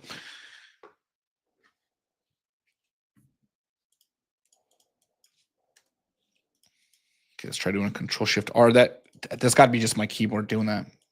Yeah, wait. Control-Shift-R. And I guess I could create an edit page, but there's no reason you would send someone an edit page link. So in that case, you would send them this URL and then they would just click edit. So like when I'm on edit and I refresh it, it goes back. I don't think that's a big issue. No, I don't want to go to my Wells Fargo account. Okay, that's really weird.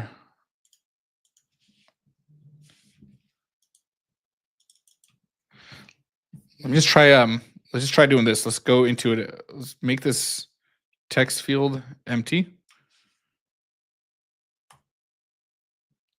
Input.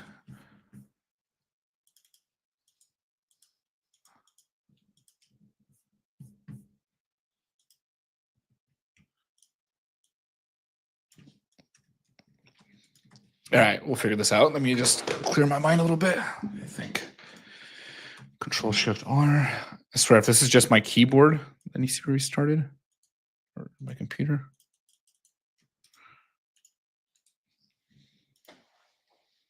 I swear, if this is a Grammarly extension, I'm going to be so mad. Let me just turn that off. Maybe that's causing it. Autofill. Let's try this. Let me just create. Let's do some old school debugging.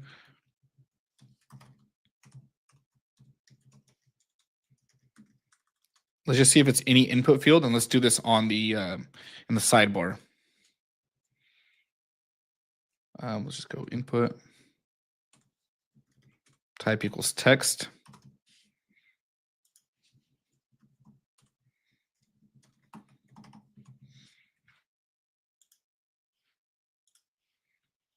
Should be on the sidebar, right?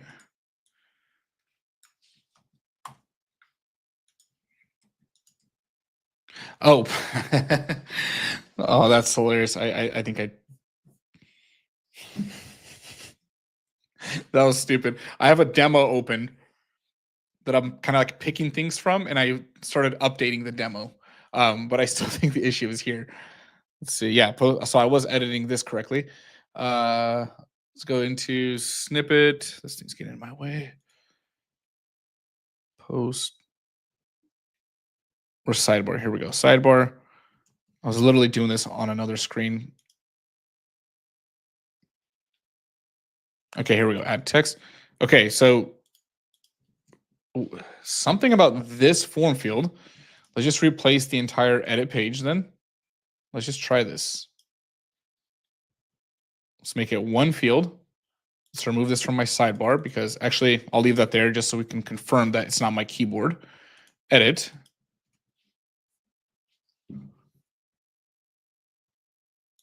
Hold on, the edit page.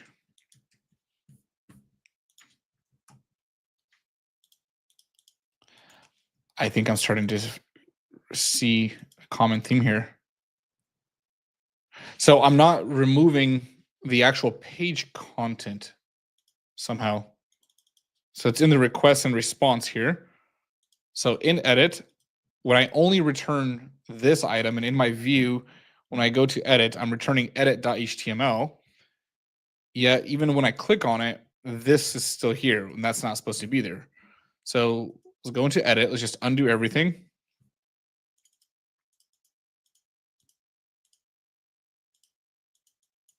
Yeah, it's like the original text. Okay. All right, let's just go. Let's paste that in. Let's comment this out and let's see.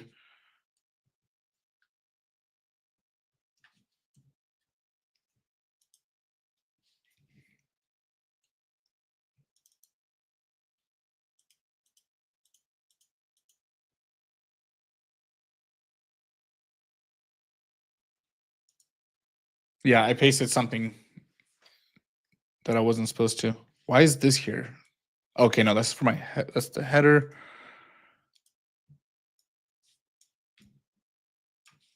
Let's just try. Why isn't the entire? Oh, I think I see what I did there. Okay.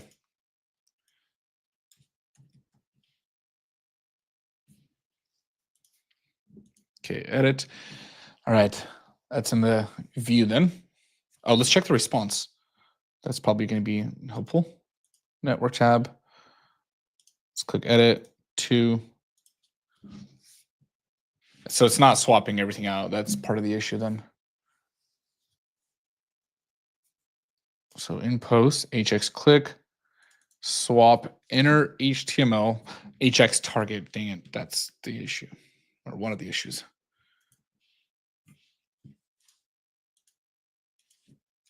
Yeah, wow. I didn't set hx target. I just did target, not hx. So now this entire field should be editable. Okay, so I can write. Oh, let's put the body back in then. Body. It's going to go in the text area.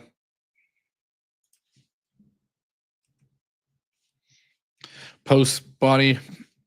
Let's try it.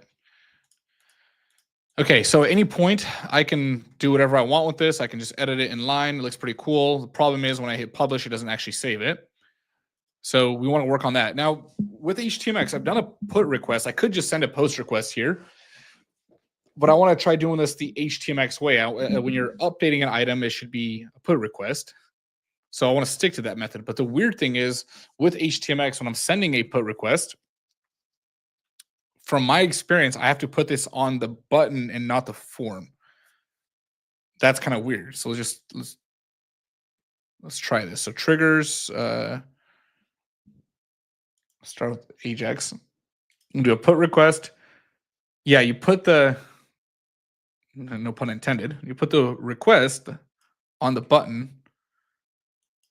You set the target. Put cannot be inherited. You can control the target. Yeah, like even if I ask, I'm going to use find right now, and I'm going to see if, because it can find other resources. Let's see if someone's done it in a different way. So HTMX put request. Wow. Put request from form. Let's see. Let's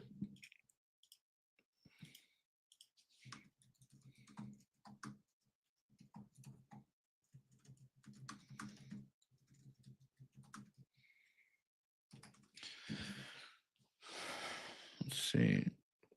Okay, I mean, this is telling me to. I don't want to do post though. I specifically want a put request.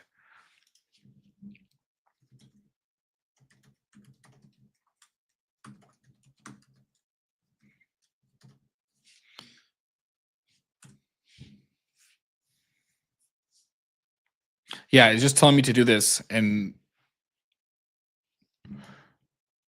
let's try it. Let's just go with it. Okay, because I tried, it didn't work. But if request dot method is equal to get, we'll return this, and then if it's put, we'll return the other one. I'm hoping I was wrong, because then that would kind of disappoint me with how HTMX works. So it just feels so weird to put that on a button. Method is equal to put.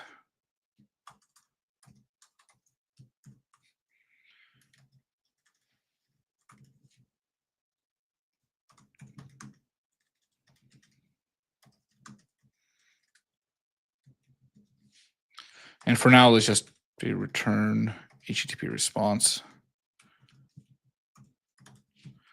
Okay. So from my form, in theory, so HX Just indent this.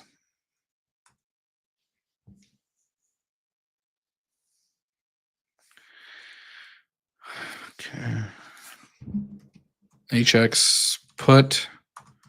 We're going to API / post edit. I already forgot what I called it. Yeah, I guess my brain's not functioning as well as I thought it was. Post.id.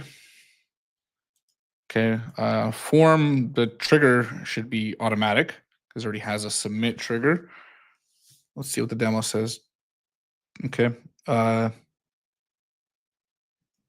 Let's just try this. I just want to see if it actually sends a request from this.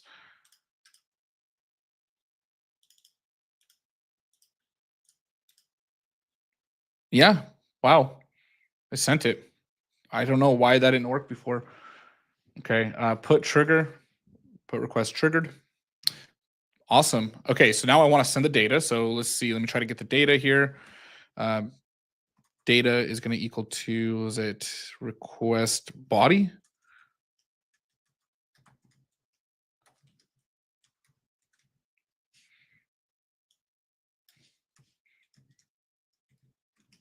Form data, I'll just throw in body. And I'm going to need to parse this as well. So let's just see.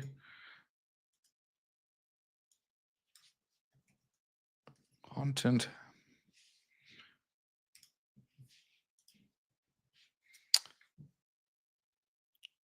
What's the error?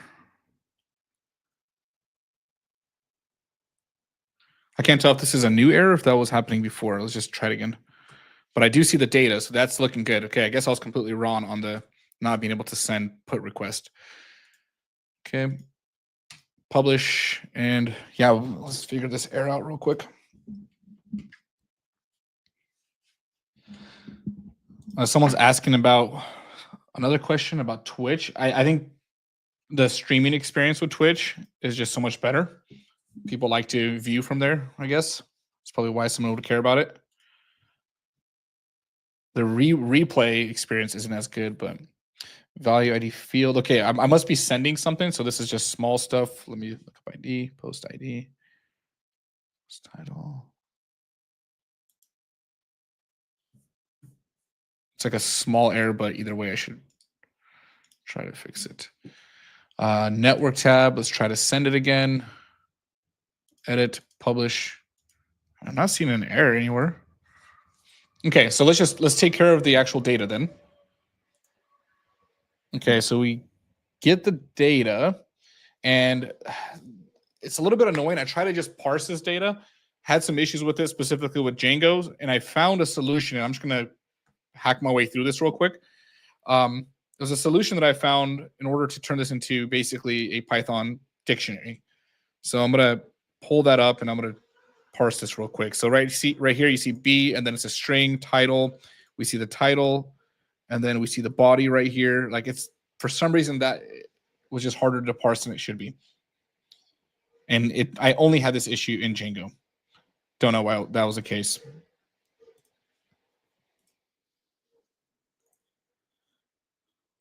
Okay, let's see.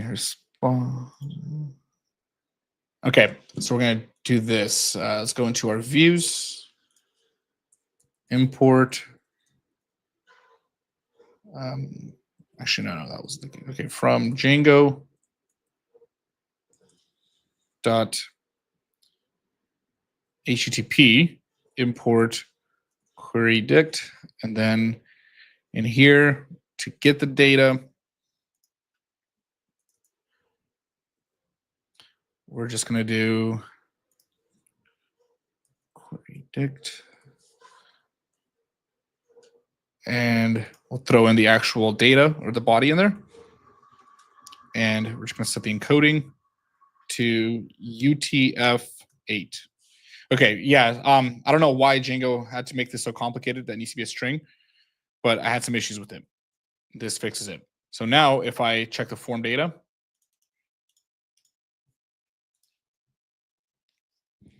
now we see that. So that means I can access this like this. So we'll just do data.title and data.body like that.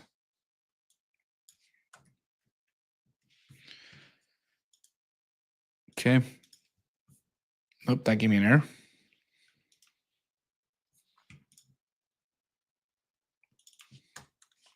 It's going to be like this. Actually, no, we're going to do data.get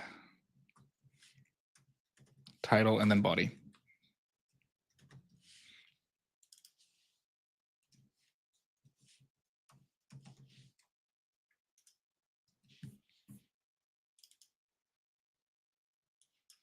Okay, edit, submit. Okay, that error is really not annoying me. Let's just finish the form up and then we'll deal with that.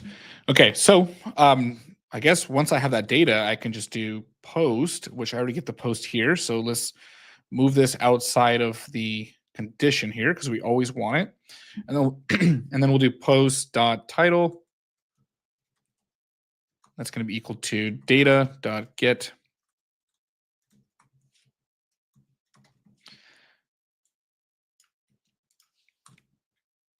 and then body like that.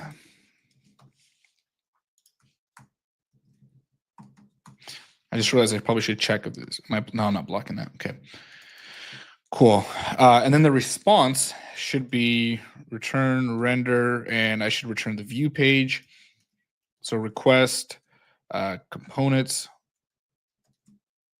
and then post.html context.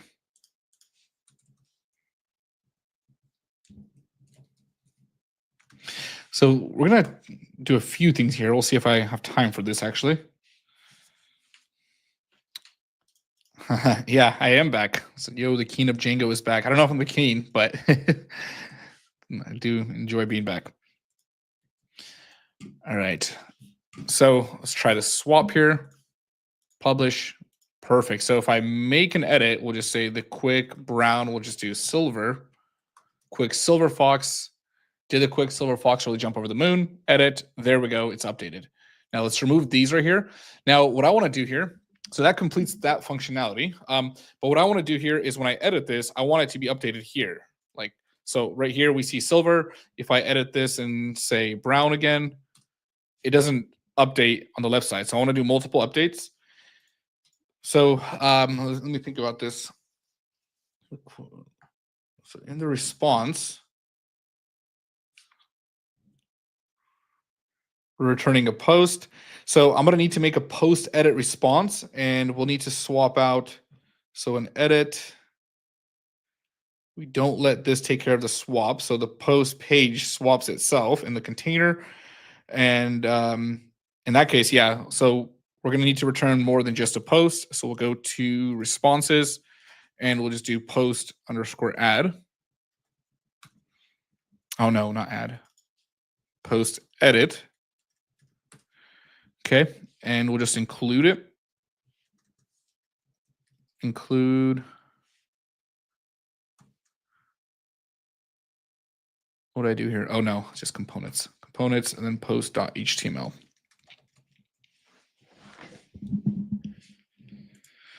Okay. Before we move on, let's just do responses. Getting tired. Let's see. Cool. That works. And then now let's actually update that. So let's see. We want to return a snippet. I want to update the entire snippet. So in the response, post edit.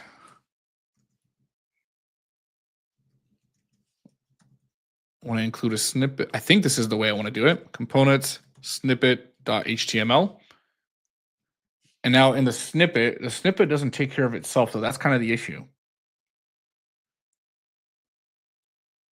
Here's what I can do. So because one of the elements already swaps itself, the post swaps itself, we can make the edit button actually have a target. So we're gonna set the target to post snippets.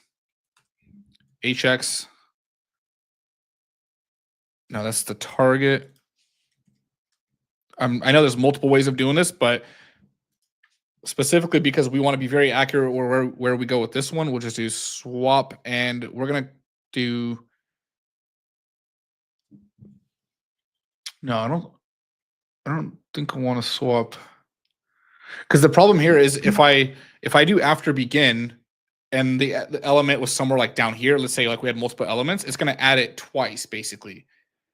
So we'll have two elements here. So we want to find the current element wherever it's at and swap it. And also, when I click on an element, maybe we should rearrange it too. So in that case, the target is going to be, we'll go into the snippet. The target is going to be this right here. We're going to target it by its ID. And we'll do HX swap. So swap the entire element. Huh. We might have to do an out of bounds swap. Okay, but there's, yeah, okay. I think this will work. Post. This will be the target. Swap will be outer HTML. So we want to swap out the entire element. Electric Universe says this is an interesting problem. I was curious since there was no client side state to update the sidebar. Yeah, there's honestly, I'm looking to the documentation, and there was something called what was it? Like I try not to consume too much documentation. I try to get an overview, but then not overload myself, because then I won't be able to get anything done. But there was something that I saw people referring to that seems like it's part of this. Was it boosting? No, it wasn't boosting. Basically, like you can actually go and update multiple parts of your page without doing what I'm doing right now. Like it's like it allows you to return an entire page without having to create a custom response in the way that I'm doing it. And it basically allows you to almost create like a duplicate of a page, but only swap out certain parts of it instead of, yeah, creating. It's hard to explain. Let me just see if I can find the name. Maybe someone watching this can try to look into it later. Boost. It wasn't boosting. No. Confirming target. Morph swap. Yeah, I don't remember what it was. I'll figure it out. I'm gonna master this completely, and then I'm putting out a full course on it. So eventually I'll figure it out. But you're gonna have all the ways. I'll literally show the bad ways of doing things, the good ways. But let's just see if this works. Okay, so swapping out the entire element. And this was the original question. Just want to pop that up on the screen. All right, let's try it. So okay, so we see the spelling mistake. So did the quick brown fox. Let's see the response.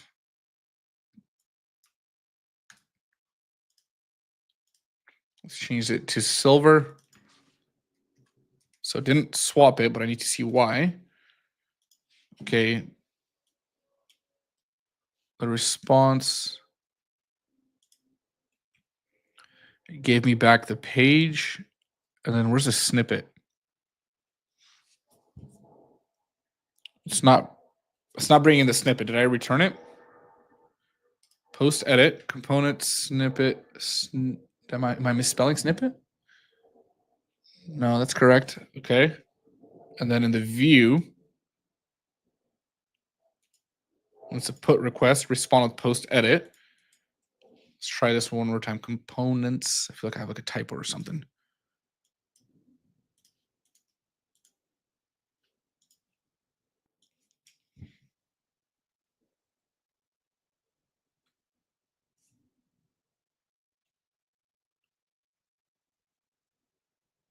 Okay, so we do have the snippet. I see it right here.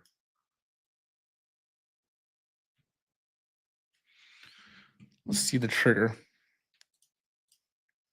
That's what the Django partials plugin helps with. Oh, interesting. I'm gonna look that up right after this. Then I'm gonna finish this up and then data URL snippet. Okay, edit on. Oh, I think I'm adding this to the wrong. Yeah, I see what I did. Okay, so I was putting this on the icon. I was supposed to be putting this on the form. Okay, so let's see. What did I break here? So on the icon, swap outer HTML. I think this was supposed to be none originally. Stupid mistake. Okay. I believe we had that set to none because the post swaps itself. It's right here. So HX. So we send a put request and then we swap the outer HTML of the post. Yeah, let's try that. Which I thought would have to set swap to none in order for it not to interfere, but okay. Did the Quicksilver Fox, look at that. There we go. Now we see both. Okay. So Quicksilver Fox, brown. Boom. As the famous Bucky Roberts would say, boom roasted. Okay. I think that completes most of the application, but let's look into this. Django partials. Why does that sound so familiar? Django partials.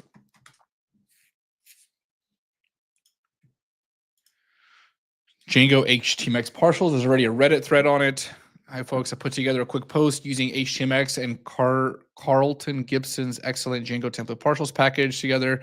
I think this will fit very. Let me zoom in. So, hi, folks. I put together a quick post on using HTMX and Carlton Gibson's excellent Django templates partial package. I think the two would fit together very nicely. The TLDR is that you can use HX post similar, and the Django view can render only a portion of the template that would change. This way, there's no worrying about HX select. HX select, that's what it was. Okay, hold on. So this is better than HX select? I believe it was select. HX, let's just do select. And I didn't fully read into select, but let's. So HX select allows you to select partials of a page. So how is partials better? Let's see. Okay, let's do HTMX, HX select. The HTMX documentation is a little bit hard to search. Okay, HX select attribute allows you to select the content you want to be swapped from the response. The value of this attribute is a CSS selector, query selector of the element or elements to select from the response. Here's an example that selects a subset of the response content. So button, info, HX select, info detail. So in the response, there's a full page. We're grabbing info detail and we're swapping the outer HTML. So that makes sense. So I imagine that there's a page that contains this ID. It'd be nice if it kind of showed an example. So this button will issue a GET request to the info and then select the element with the ID of info detail, which will replace. Okay, so yeah, this is really cool. So that would literally mean, does this completely remove the need for what I'm doing here? Like I'm creating these responses, right? So like I have post add, for example, which has all these components. So I return a total, snippet, and a post. Can I do multiple selects? Because if I can do multiple selects, all I need to do is grab the ID of total, grab the snippet ID, and grab the post ID and swap it. Nick, you seem to know a lot about this. Is there limitation to HX select? If I'm saying your name right, is it Nick? I'm assuming it's Nick, just without a K. That seems like the solution. Okay, let's look this up. Can we do multiple? There's just not that much documentation on it. Because I do want to continue to look at partials. I want to compare the two. Carlton's templates. Let's just do this. I'll just go to find. I'll use some AI with it. The cool thing about, I don't know if anyone's used this tool. It's like ChatGPT, but it basically scans all search engines and it gives you results. It still hallucinates. It's still stupid AI, but it kind of summarizes information for you, but it does provide sources, so I can look those up. HTMX, HX select. Can we select multiple elements for swapping? Yeah, the way you have it built, HX select might be better. If it would be better if it allows me to select multiple elements. I would love that because I don't. The idea of a response is like a API response, so I don't mind it in the sense of like we're already kind of used to doing that. Like even though you're returning maybe the same object in different responses, you kind of create a custom one, but it does feel weird creating a template for it. I think maybe it's just It's like a mind F. Our brains just aren't used to that. Based on the search results, here are the key points. Select HTMX swap. HTMX provides swap. I'll just read out loud so I can actually. HTMX provides multiple swap extensions that allow swapping multiple elements marked. Okay, so show me how to do that. HX Boost. So it works in conjunction with other extensions like HX Boost and Preload. HX multi-swap on the body. So we have to add in multi-swap. Let's see, give me the source. I don't want to trust AI because it's just going to tell me a bunch of bullshit. All right, oh, here we go. It's the official V1. This is like an old version of the HTMX docs. V1.htmx. How old is this? I'll just link it to. Okay, now I get distracted. Multi-swap. So it seems like multi-swap is what I need. This is just, oh, you'd have to install. Okay, the extension allows you to swap multiple elements marked with the ID attribute from the HTML response. You can choose for each element which swap method you want to use or should be used. Multi-swap can help in the case of an out-of-bounds swap, if that's not enough. Out of bounds requires HTML tags marked out of bounds, attributes at the top level of HTML, which significantly is limited in use. With out of bounds, it's impossible to swap multiple elements unless you're letting the response dictate that, but then you have to customize the response. Arbitrary placed multiple elements, arbitrarily placed and nested in the DOM tree. Okay. I'm like wanting to end the stream, but I kind of want to power through this while I'm here. How long have I been streaming for? 2 hours and 36 minutes. Okay, that's not too bad. All right. Ouch, that was loud. Okay, HX select multi-swap. So it's an extension. It's not built into HTMX. It seems like select is, but multi-swap is not. Oh, these are two different things. I just realized I was getting select and multi-swap mixed up.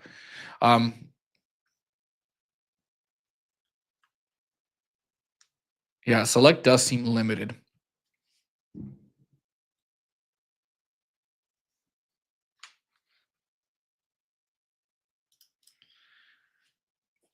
Give it a shot, Electric Universe. I mean, if you're working on your own projects, try it.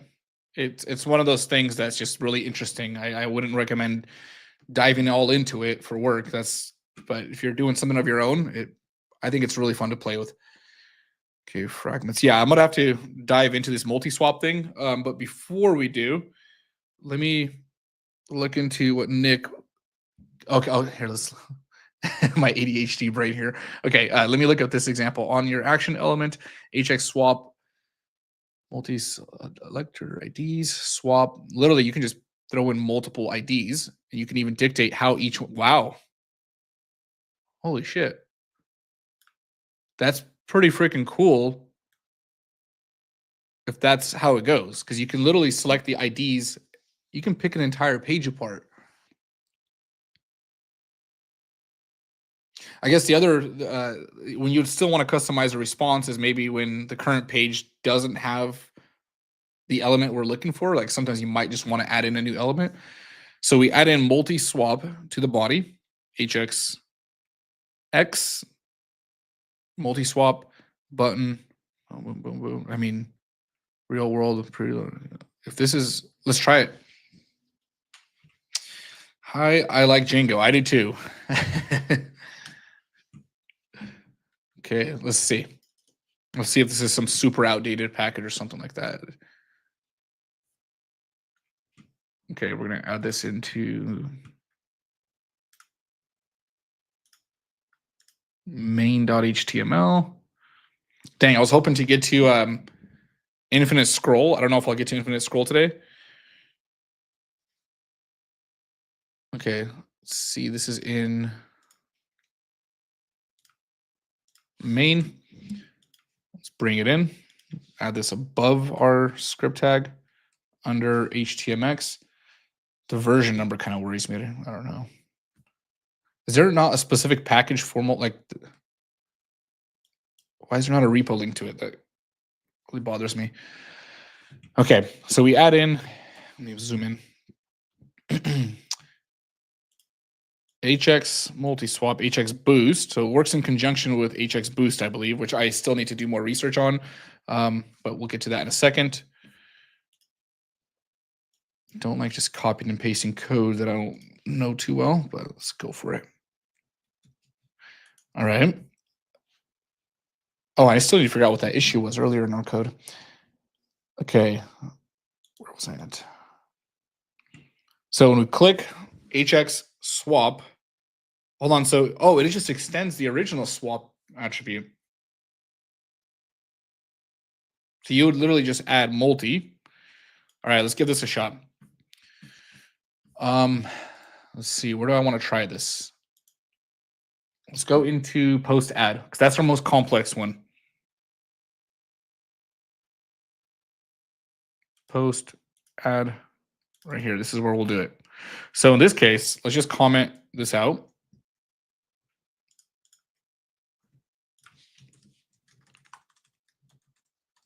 Return render request. Then we're just going to go ahead and just bring back index.html. That's literally it. Index.html. Why am I having such a difficult time with that? Context returns everything. Yeah, we have the total post current timestamp. That's just my way of updating them. Okay, you restructured the extensions. You might want to remove v1 from the URL. Good idea. Let me see if I have an error. Nick, are you on Twitter? You should post your handle. That's another thing with YouTube chat, is like it's kind of hard to connect with somebody that's in the chat. There's like no personal information if you're comfortable with that. Let's see. You'll just be a stranger in the night that helped me and then disappeared forever. Can't have that happening. I gotta thank you. Okay. There's no issues with it yet, so let's just try going with it, and then I'll remove v1. Actually, let's just remove v1 and see if we have issues. If we don't, then it should be correct. Oh, there's no v1. Yeah. Okay. I think we're good. All right. Where was that? Let me close this out.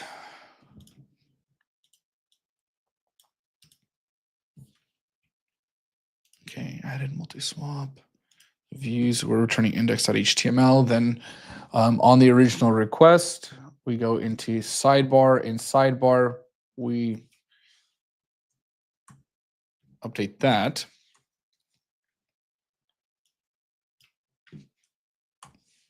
Just remove that completely. So you know what the only issue with this is? Then I have to update all the other elements if that's the case. I mean, I think I can still do that actually. Because I just realized my index.html page doesn't contain all those elements.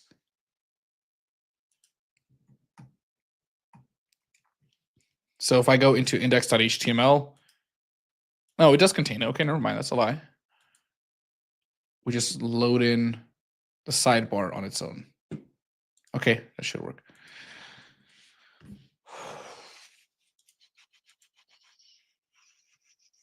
Multi, do we have to? Okay, so I set multi. Yeah, let's just copy this completely.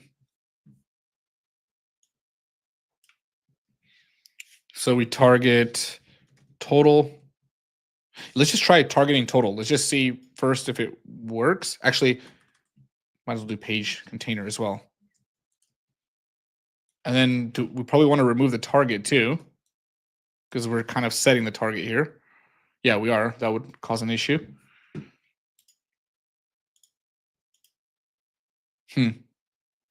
What's the response like?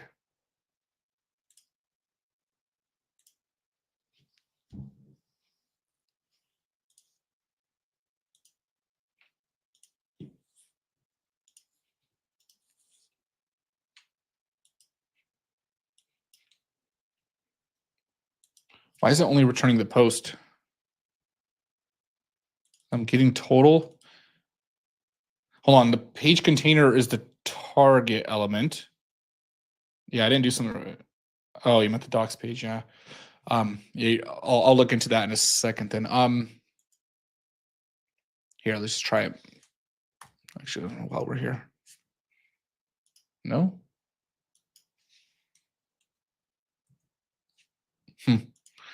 Well, let's just try sticking with this. Okay, so swap multi. Okay, so click the. This is the elements that we're going to swap out. So we're replacing those. Oh, and we can also specify how we swap it. So the total. So page container, then it would be inner HTML or inner HTML after. So.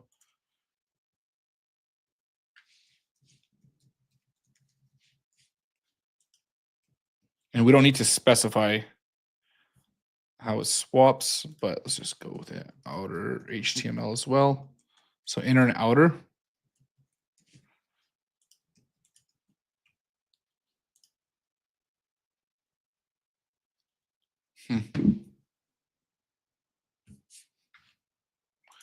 I'm wondering if the reason why I'm having issues with the sidebar or the total is because of how it's loaded.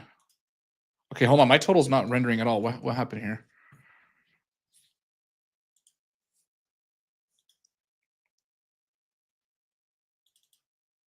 Why is the total not being rendered?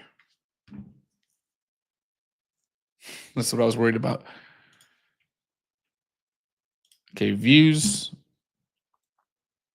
Oh, the total is its own thing.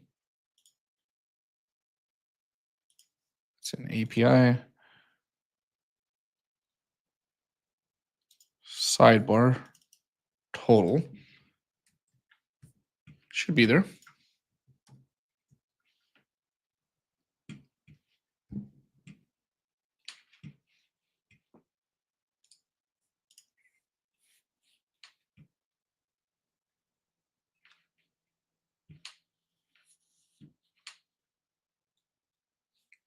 Nick, you never threw your, yeah, you didn't throw your handle in. I was curious if you did. Okay, why is my total not there? Stories.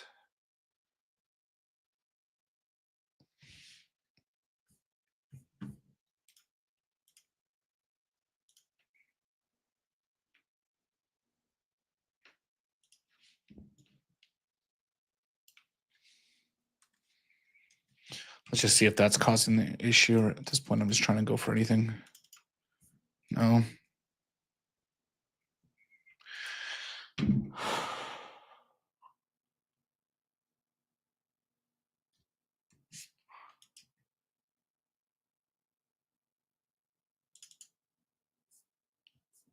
I even including the total component? Maybe I'm not even adding that in.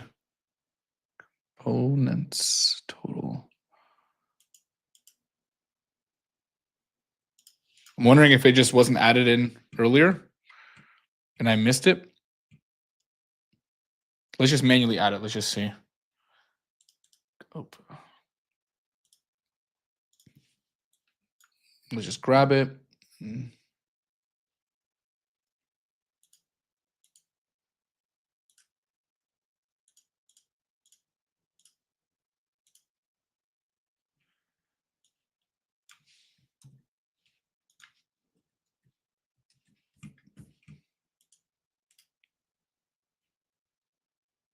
That is so weird. I think I know what's happening.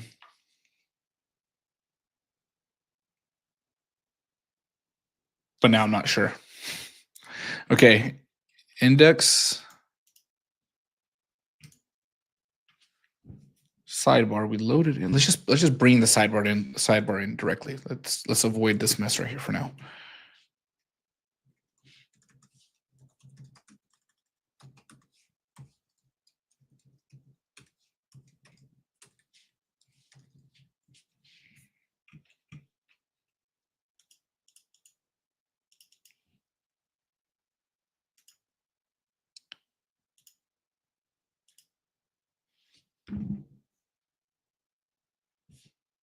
Okay, I think we're actually onto something because I actually think it worked.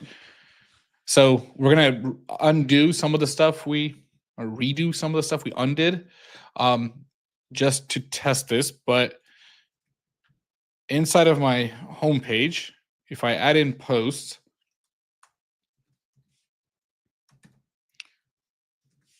and total, It's going to render them out.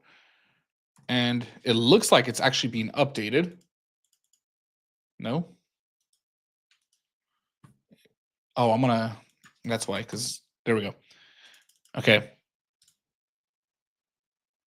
The total is being updated. And the interesting thing about that is because I'm using the new method, I believe. Sidebar, check swamp right here. So like if I remove this, nothing would, in theory, nothing would work. Yeah, so this is working. Why isn't my page being replaced? Let's try writing a new story. There we go. Now we hear a train horn. Not react on social media. Yeah, no worries. Yeah, no worries at all. Okay. I don't know. Let's remove a few. Okay, so they're not being added here to the list either, but let's try to fix this. Okay. Multi total outer HTML. That works correctly. Page container, inner HTML. But then what would happen is I would need to modify the page itself.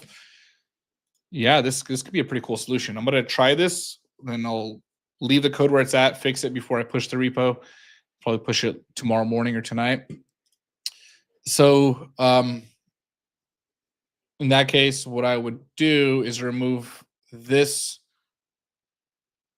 from swapping itself, but then I would have to call this page container, I believe, which I don't like doing. Container, let's just try it. I think I just want to make the point. So if that works, then in my sidebar page container, we'll just do outer HTML. So basically that would replace it. Wow. Yeah, you're right. Damn. I don't know if that's the better solution. It looks like it could be the better solution. But for now, let's just undo it. Leave it where it was at. And then I'll get to testing later. Because that really does actually make this feel better at this point. Okay. And then in the view, we would just go back to returning. Dang, I might have to do a whole nother stream just on that and retrying this. Hey, I'm learning with all y'all too, so this is pretty new. Okay, add, boom, boom, boom. I still want to add in a feature where like if the post is selected, we can undo that, but that'll be in the more final version.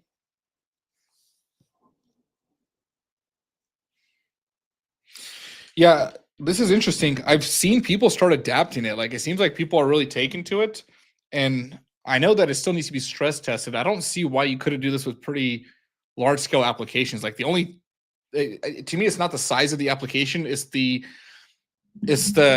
complexity of the dynamic UI. Like if the UI gets too complex, you can have a small application with just way too complex of a UI where you need drag and drop and such. And even HTMX can do some of that stuff.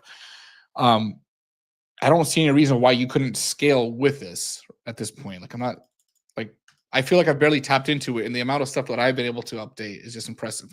But I digress. Let's look into partials now. Okay, Django template partial. So let's start with that. Okay, reusable named inline partials for Django template. Watch the talk. I'm not gonna watch that right now. Let's just see how the partials work. Okay, load partials.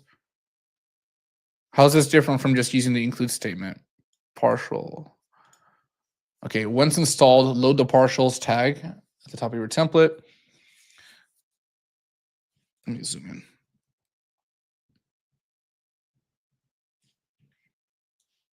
in. Can I not close this sidebar? There we go.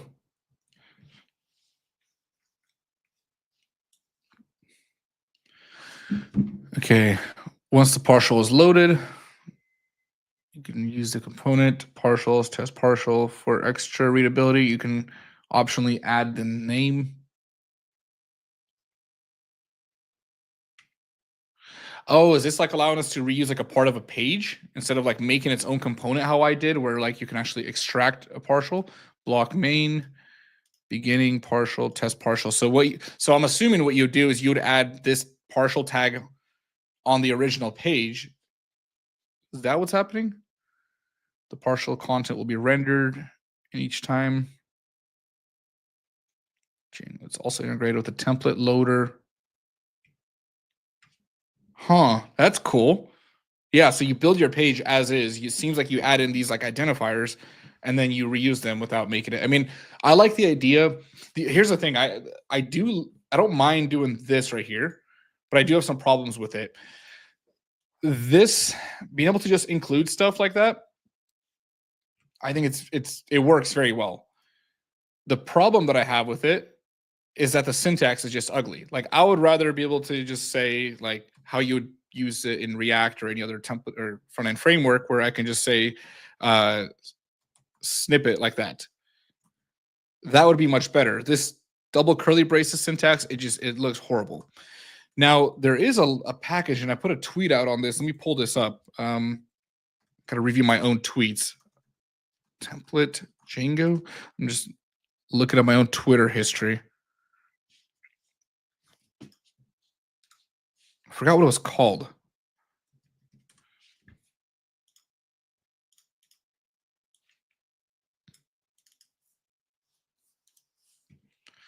I don't tweet too much, so it shouldn't be. Your account may not be allowed to perform this action. Why? Oh, because I signed out. That's why. When I refresh my entire browser, give me a second. I don't even know what email I use for Twitter. I think I got it. Okay. Let's see. Oh, it says I'm live. Okay. I'm gonna have to scroll for a while, but I put out a tweet, and it basically allows you to use the include, like basically how we use this with Django already, but you can use the tag syntax, like the HTML tag syntax, just like you would in any other situation. Okay, I'm just gonna try to go fast because I don't post too much.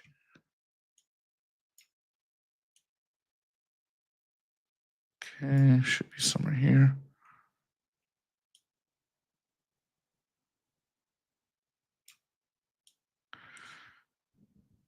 No.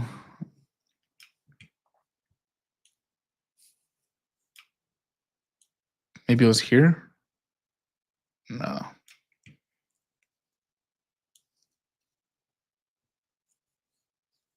Yeah, Django syntax it just looks ugly. Okay, we're getting close. I know it's summer here. I think I posted it in the winter, so I kind of remember some of these posts, and they were like around the summertime.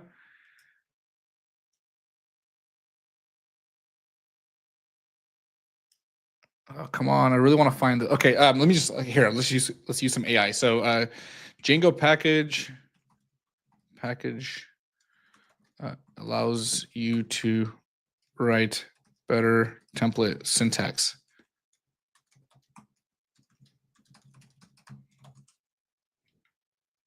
Let's see if it actually worked. Nah, it doesn't know anything.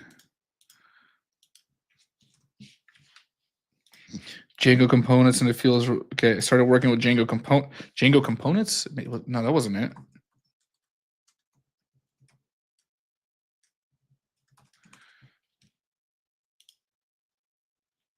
Was this it?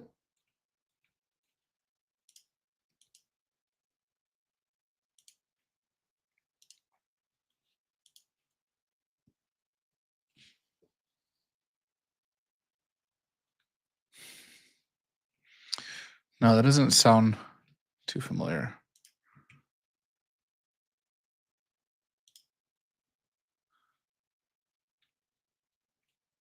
Dang, why can't I?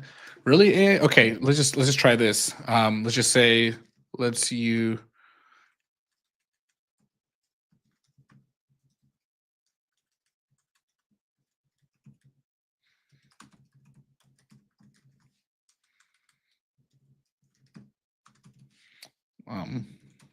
This is such a weird way to ask. I don't know. I'm like trying to register. Nah, useless.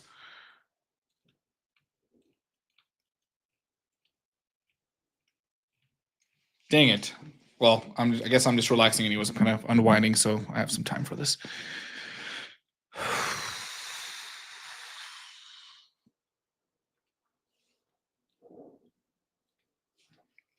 guess I do post a lot. Jeez. I need to get off Twitter.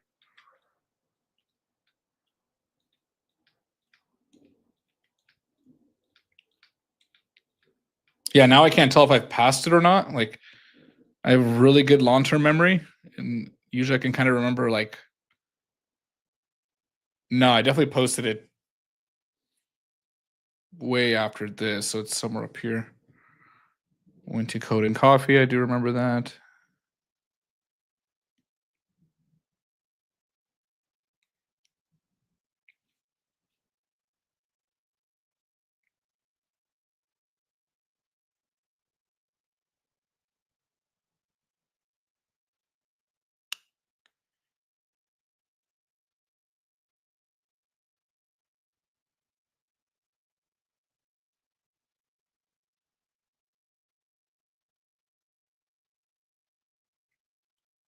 Damn. Oh, here we go. Here we go. There we go. Okay. So Django templates. Did I link to it? So this is the idea. So basically, this ugly syntax right here. What's your hot take on web components? Um, honestly, I don't know. Like from what I've seen, they're just. I guess more from what I hear, it seems like it's not going to be something like we took a stab at it. I don't like I couldn't tell you why it's not going to be something that's going to work in the future or we're going to adopt, but it just seems like it's just not where we're going. That's kind of the best that I have. Like that's the best take I have on, which is not a good take. Like I don't know enough about it. I've messed with them for a little bit, and then any research that I've done was always stay the hell away from them, from credible people, and I just kind of left it there. I'm like, well, if they're saying it, then I figured if it was a way to go, it's what we would be doing right now. Don't know why exactly. I honestly could not tell you why. Okay, so here it is. Like it's the ability to write your stuff like this. I mean, this just looks so much cleaner. So let's see. Let's look at the package. It's probably outdated by this point. I just saw some. Oh, it was Django X. That's what it was. Um,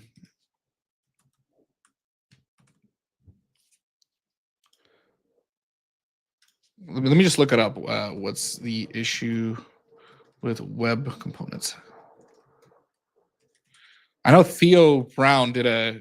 I think it's Brown. That's his last name. Did a whole video on it, and sometimes I can't tell if it's sarcasm or if it's real. But web components are not the future. Let's just see. Like I don't know the specifics. Web components are not the future. A few years ago, I wrote an article suggesting that web components might not be beneficial direction in web development.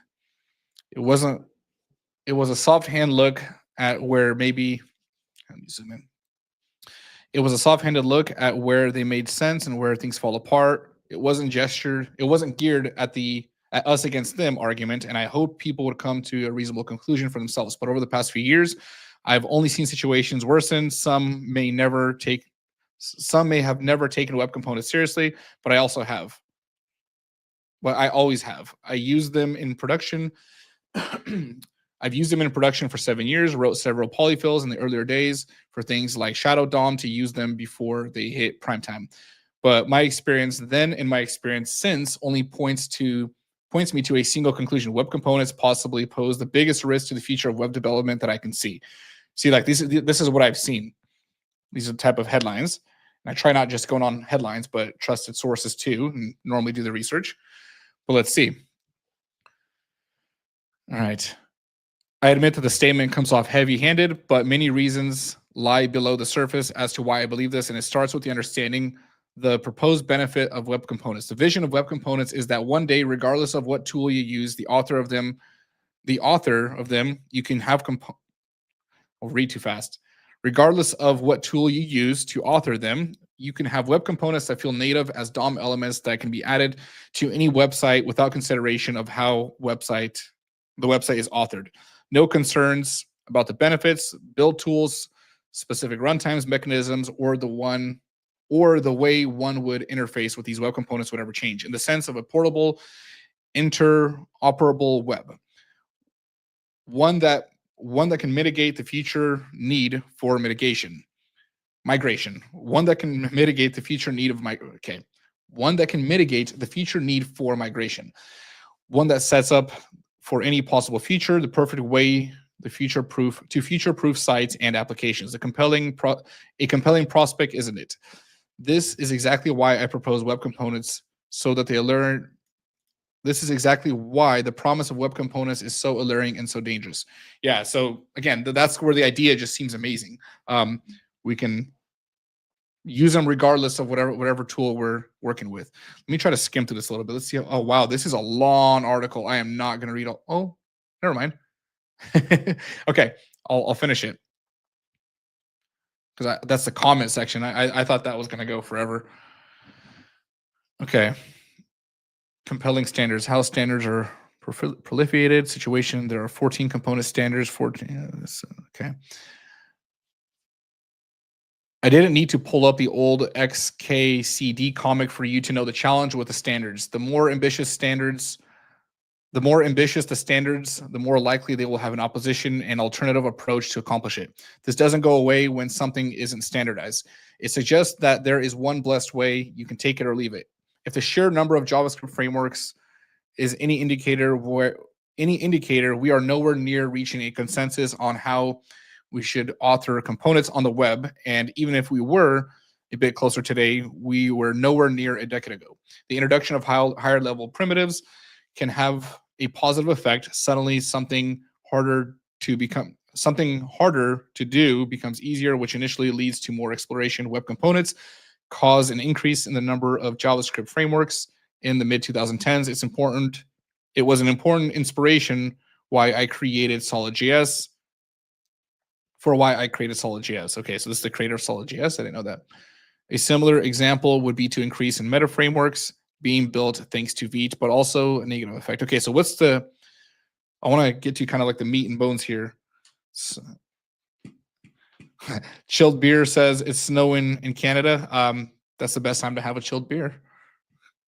Okay, so one example. Okay, so it seems like it's just simply agreeing on standards, because I agree with the whole front end framework thing. We're constantly clashing in that, but opportunity cost is real. As a framework author, I understand this well.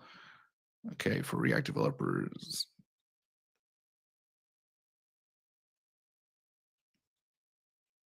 Okay. So the fundamental problem with web components is that they are built on custom elements not equal to components. More specifically, elements are a subset of components. One can argue that every element could be a component, but not all components are elements. So what?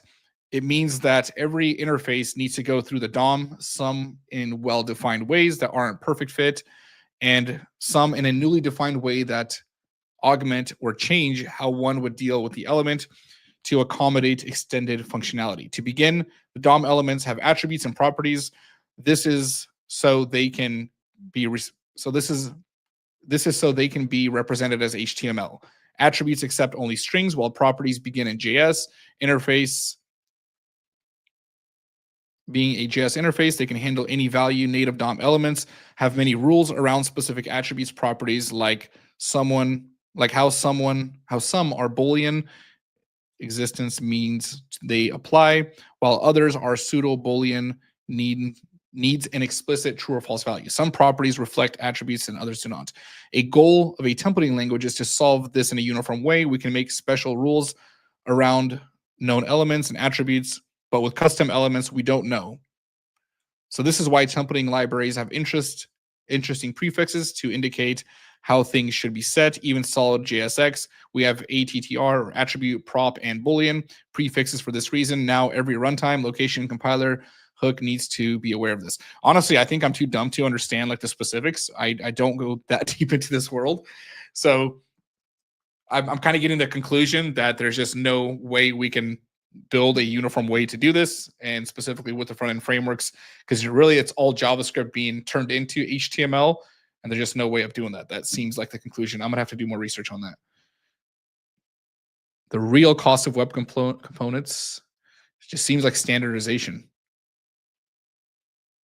Yeah. All right. Where were we at? Oh, I was looking for I want to look into this Jinja package real quick, or this Jinja X thing.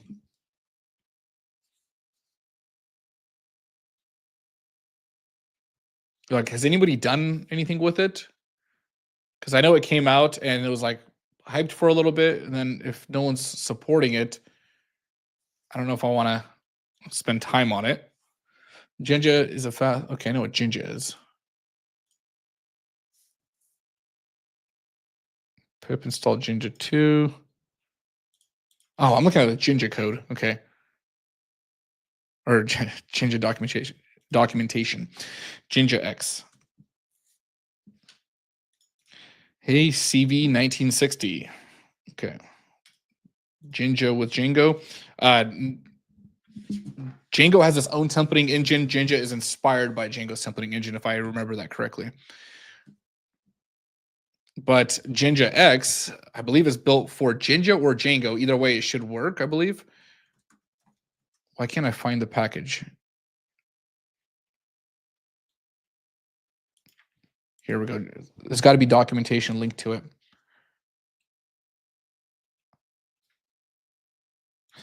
Okay, the fact that I can't find it on Google worries me. Using Jinja X with Django, because if I can't find documentation, that means it's probably died off a long time ago. Like, no one's talking about it, so that doesn't give me much hope. Django Jinja. Okay, pip install Jinja X. Okay, let's just look up Jinja X on PyPy, if that's how you say it. Jinja Py.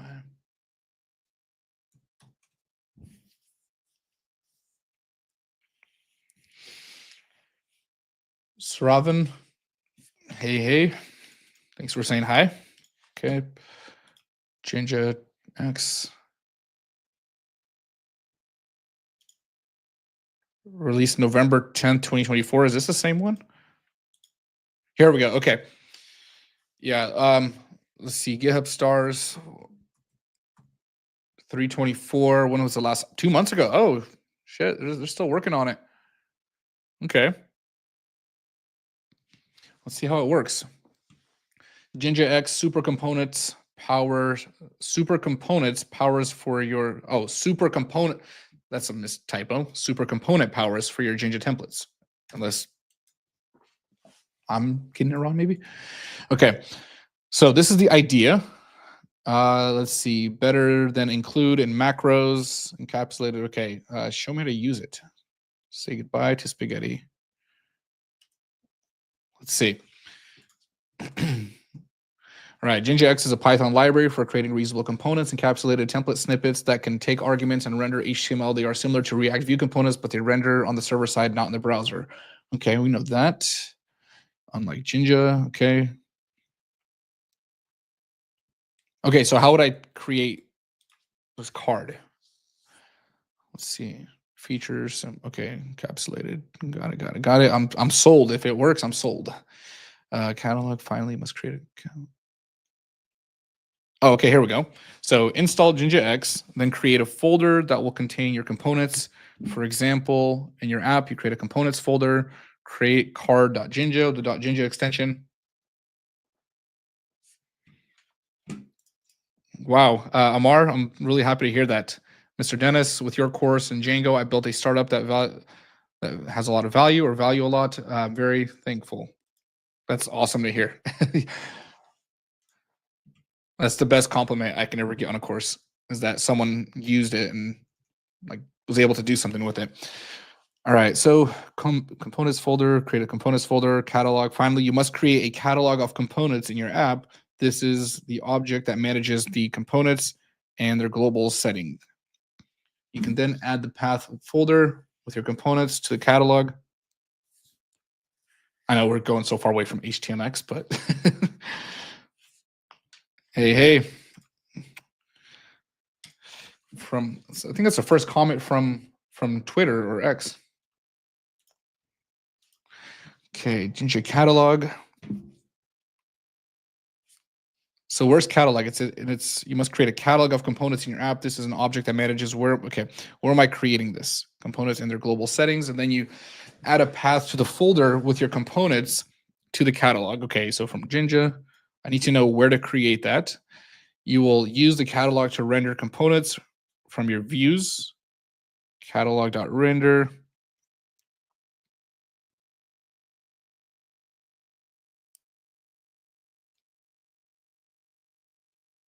Huh. How does that this doesn't make sense right now. In this example, it is the component for the whole page, but you can also render smaller components even from inside of a regular Jinja template if you add the catalog as a global. So I don't get it. You're rendering this like this is your page. What about everything else in it? Let's see, you create the catalog. Okay, so you catalog. What happens to the original render methods in Django? Yeah, the idea, this is like, so the question is this like React components? It's really interesting. Yeah, that's the concept. I just don't know if, like, you can have an idea, but unless it actually works and is practical and can, withstand being battle tested, then it's pointless.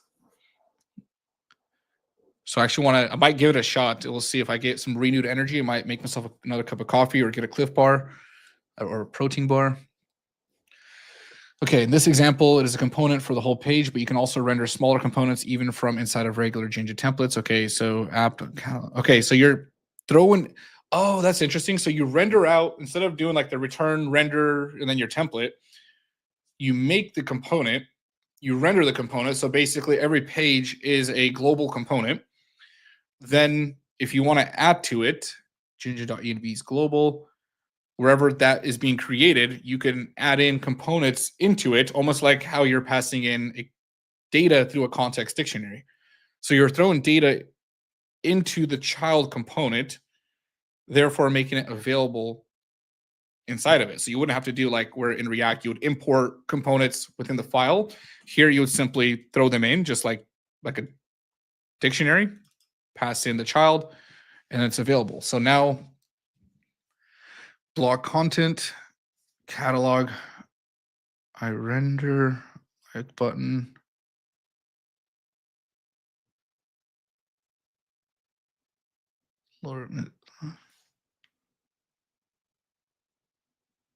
Can definitely work on the docs a little bit. I'd like to see like a 1, 2, 3 step example. It's kind of hard, having a hard time getting context to this. How it works. Okay, Jinja X uses Jinja to render components and templates. In fact, it currently works as a preprocessor replacing all. Component attribute value. Can you nest stuff? That would be interesting. Like, you can add content in it, but you can add you'd have to be able to add subcomponents into it with a function call like this, catalog I render component.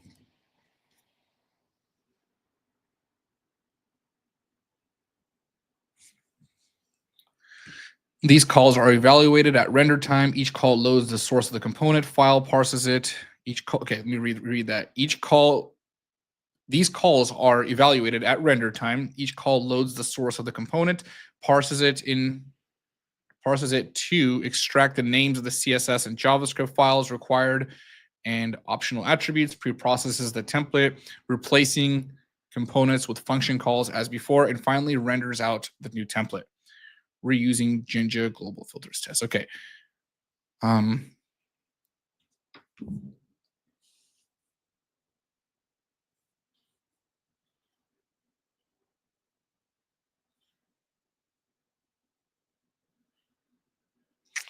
Yeah, I mean, if the setup doesn't look too complicated, but if I'm completely rethinking like everything I'm doing with Django, I don't like it. But if I do this once, like if this is what I mean, like if they had I need to find an example because right now it just seems like I'm kind of getting the concept, but seems like a lot of work for just some syntactical differences. Updates, filters, test, updates, extends. Like this is what's confusing me right here. You're still using these curly braces, right? Where is this being called? This is in the template, I'm assuming. So where does the simplicity of this come in? How is this not just a tag I can load and then use within everything?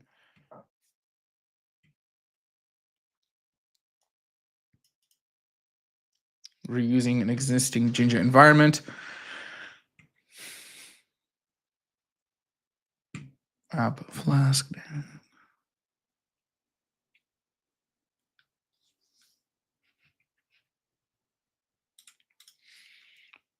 I think iRender is just a low level detail like create element in React. I see. Okay. Yeah. Up here, let's see. Where do we originally call that? Catalog render. That's kind of what I was. Yeah, I see that. Right here. This is where it was at. Still doesn't make sense though in the context that they're calling it. Okay, here's a Django example, Django loaders environment. I mean, maybe I test this. I'd love to see some examples of someone like whether they have it here. I want to see someone work with this because that'd be really cool. Okay, the docs should be. It'd be nice if it actually followed along with me. If that was a fixed element. Okay, I don't want to give up on it. So let's just keep going. Components, declaring and using components. These components are simple text files that look like regular. Oh, it's too small.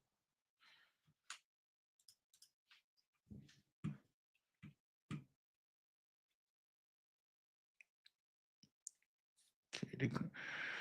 All right, the components are simple text files that look like regular Jinja templates with 3 requirements. First, components must be placed inside of a folder registered in the catalog subfolder of it. Okay. You can then call that folder whatever you want, not just components. You can also add more than one folder. Who created this, by the way? I want to see. I'm going to assume the person that's contributing the most is the one that created it.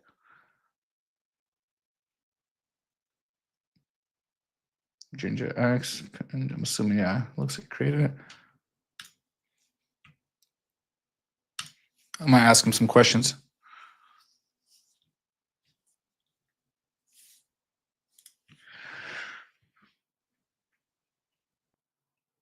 Okay, my app components person form. Jinja, the name of the component person form is to be called.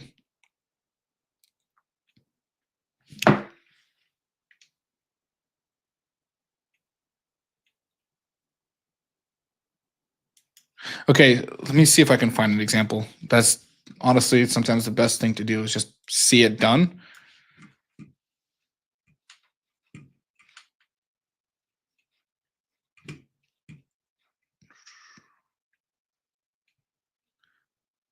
API components links relative. You got to give an example. Come on. I might spend some more time with this. I think I'm kind of done for today.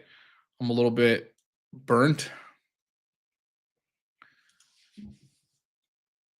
Yeah, the concept just looks so cool. This is what I need to see. I want to see the actual implementation. All right, I think I'm calling it. I'll post the code. I don't know if this video will stay up. If I do upload it, it'll be uploaded separately, just because I went on tangents working on this stuff right here.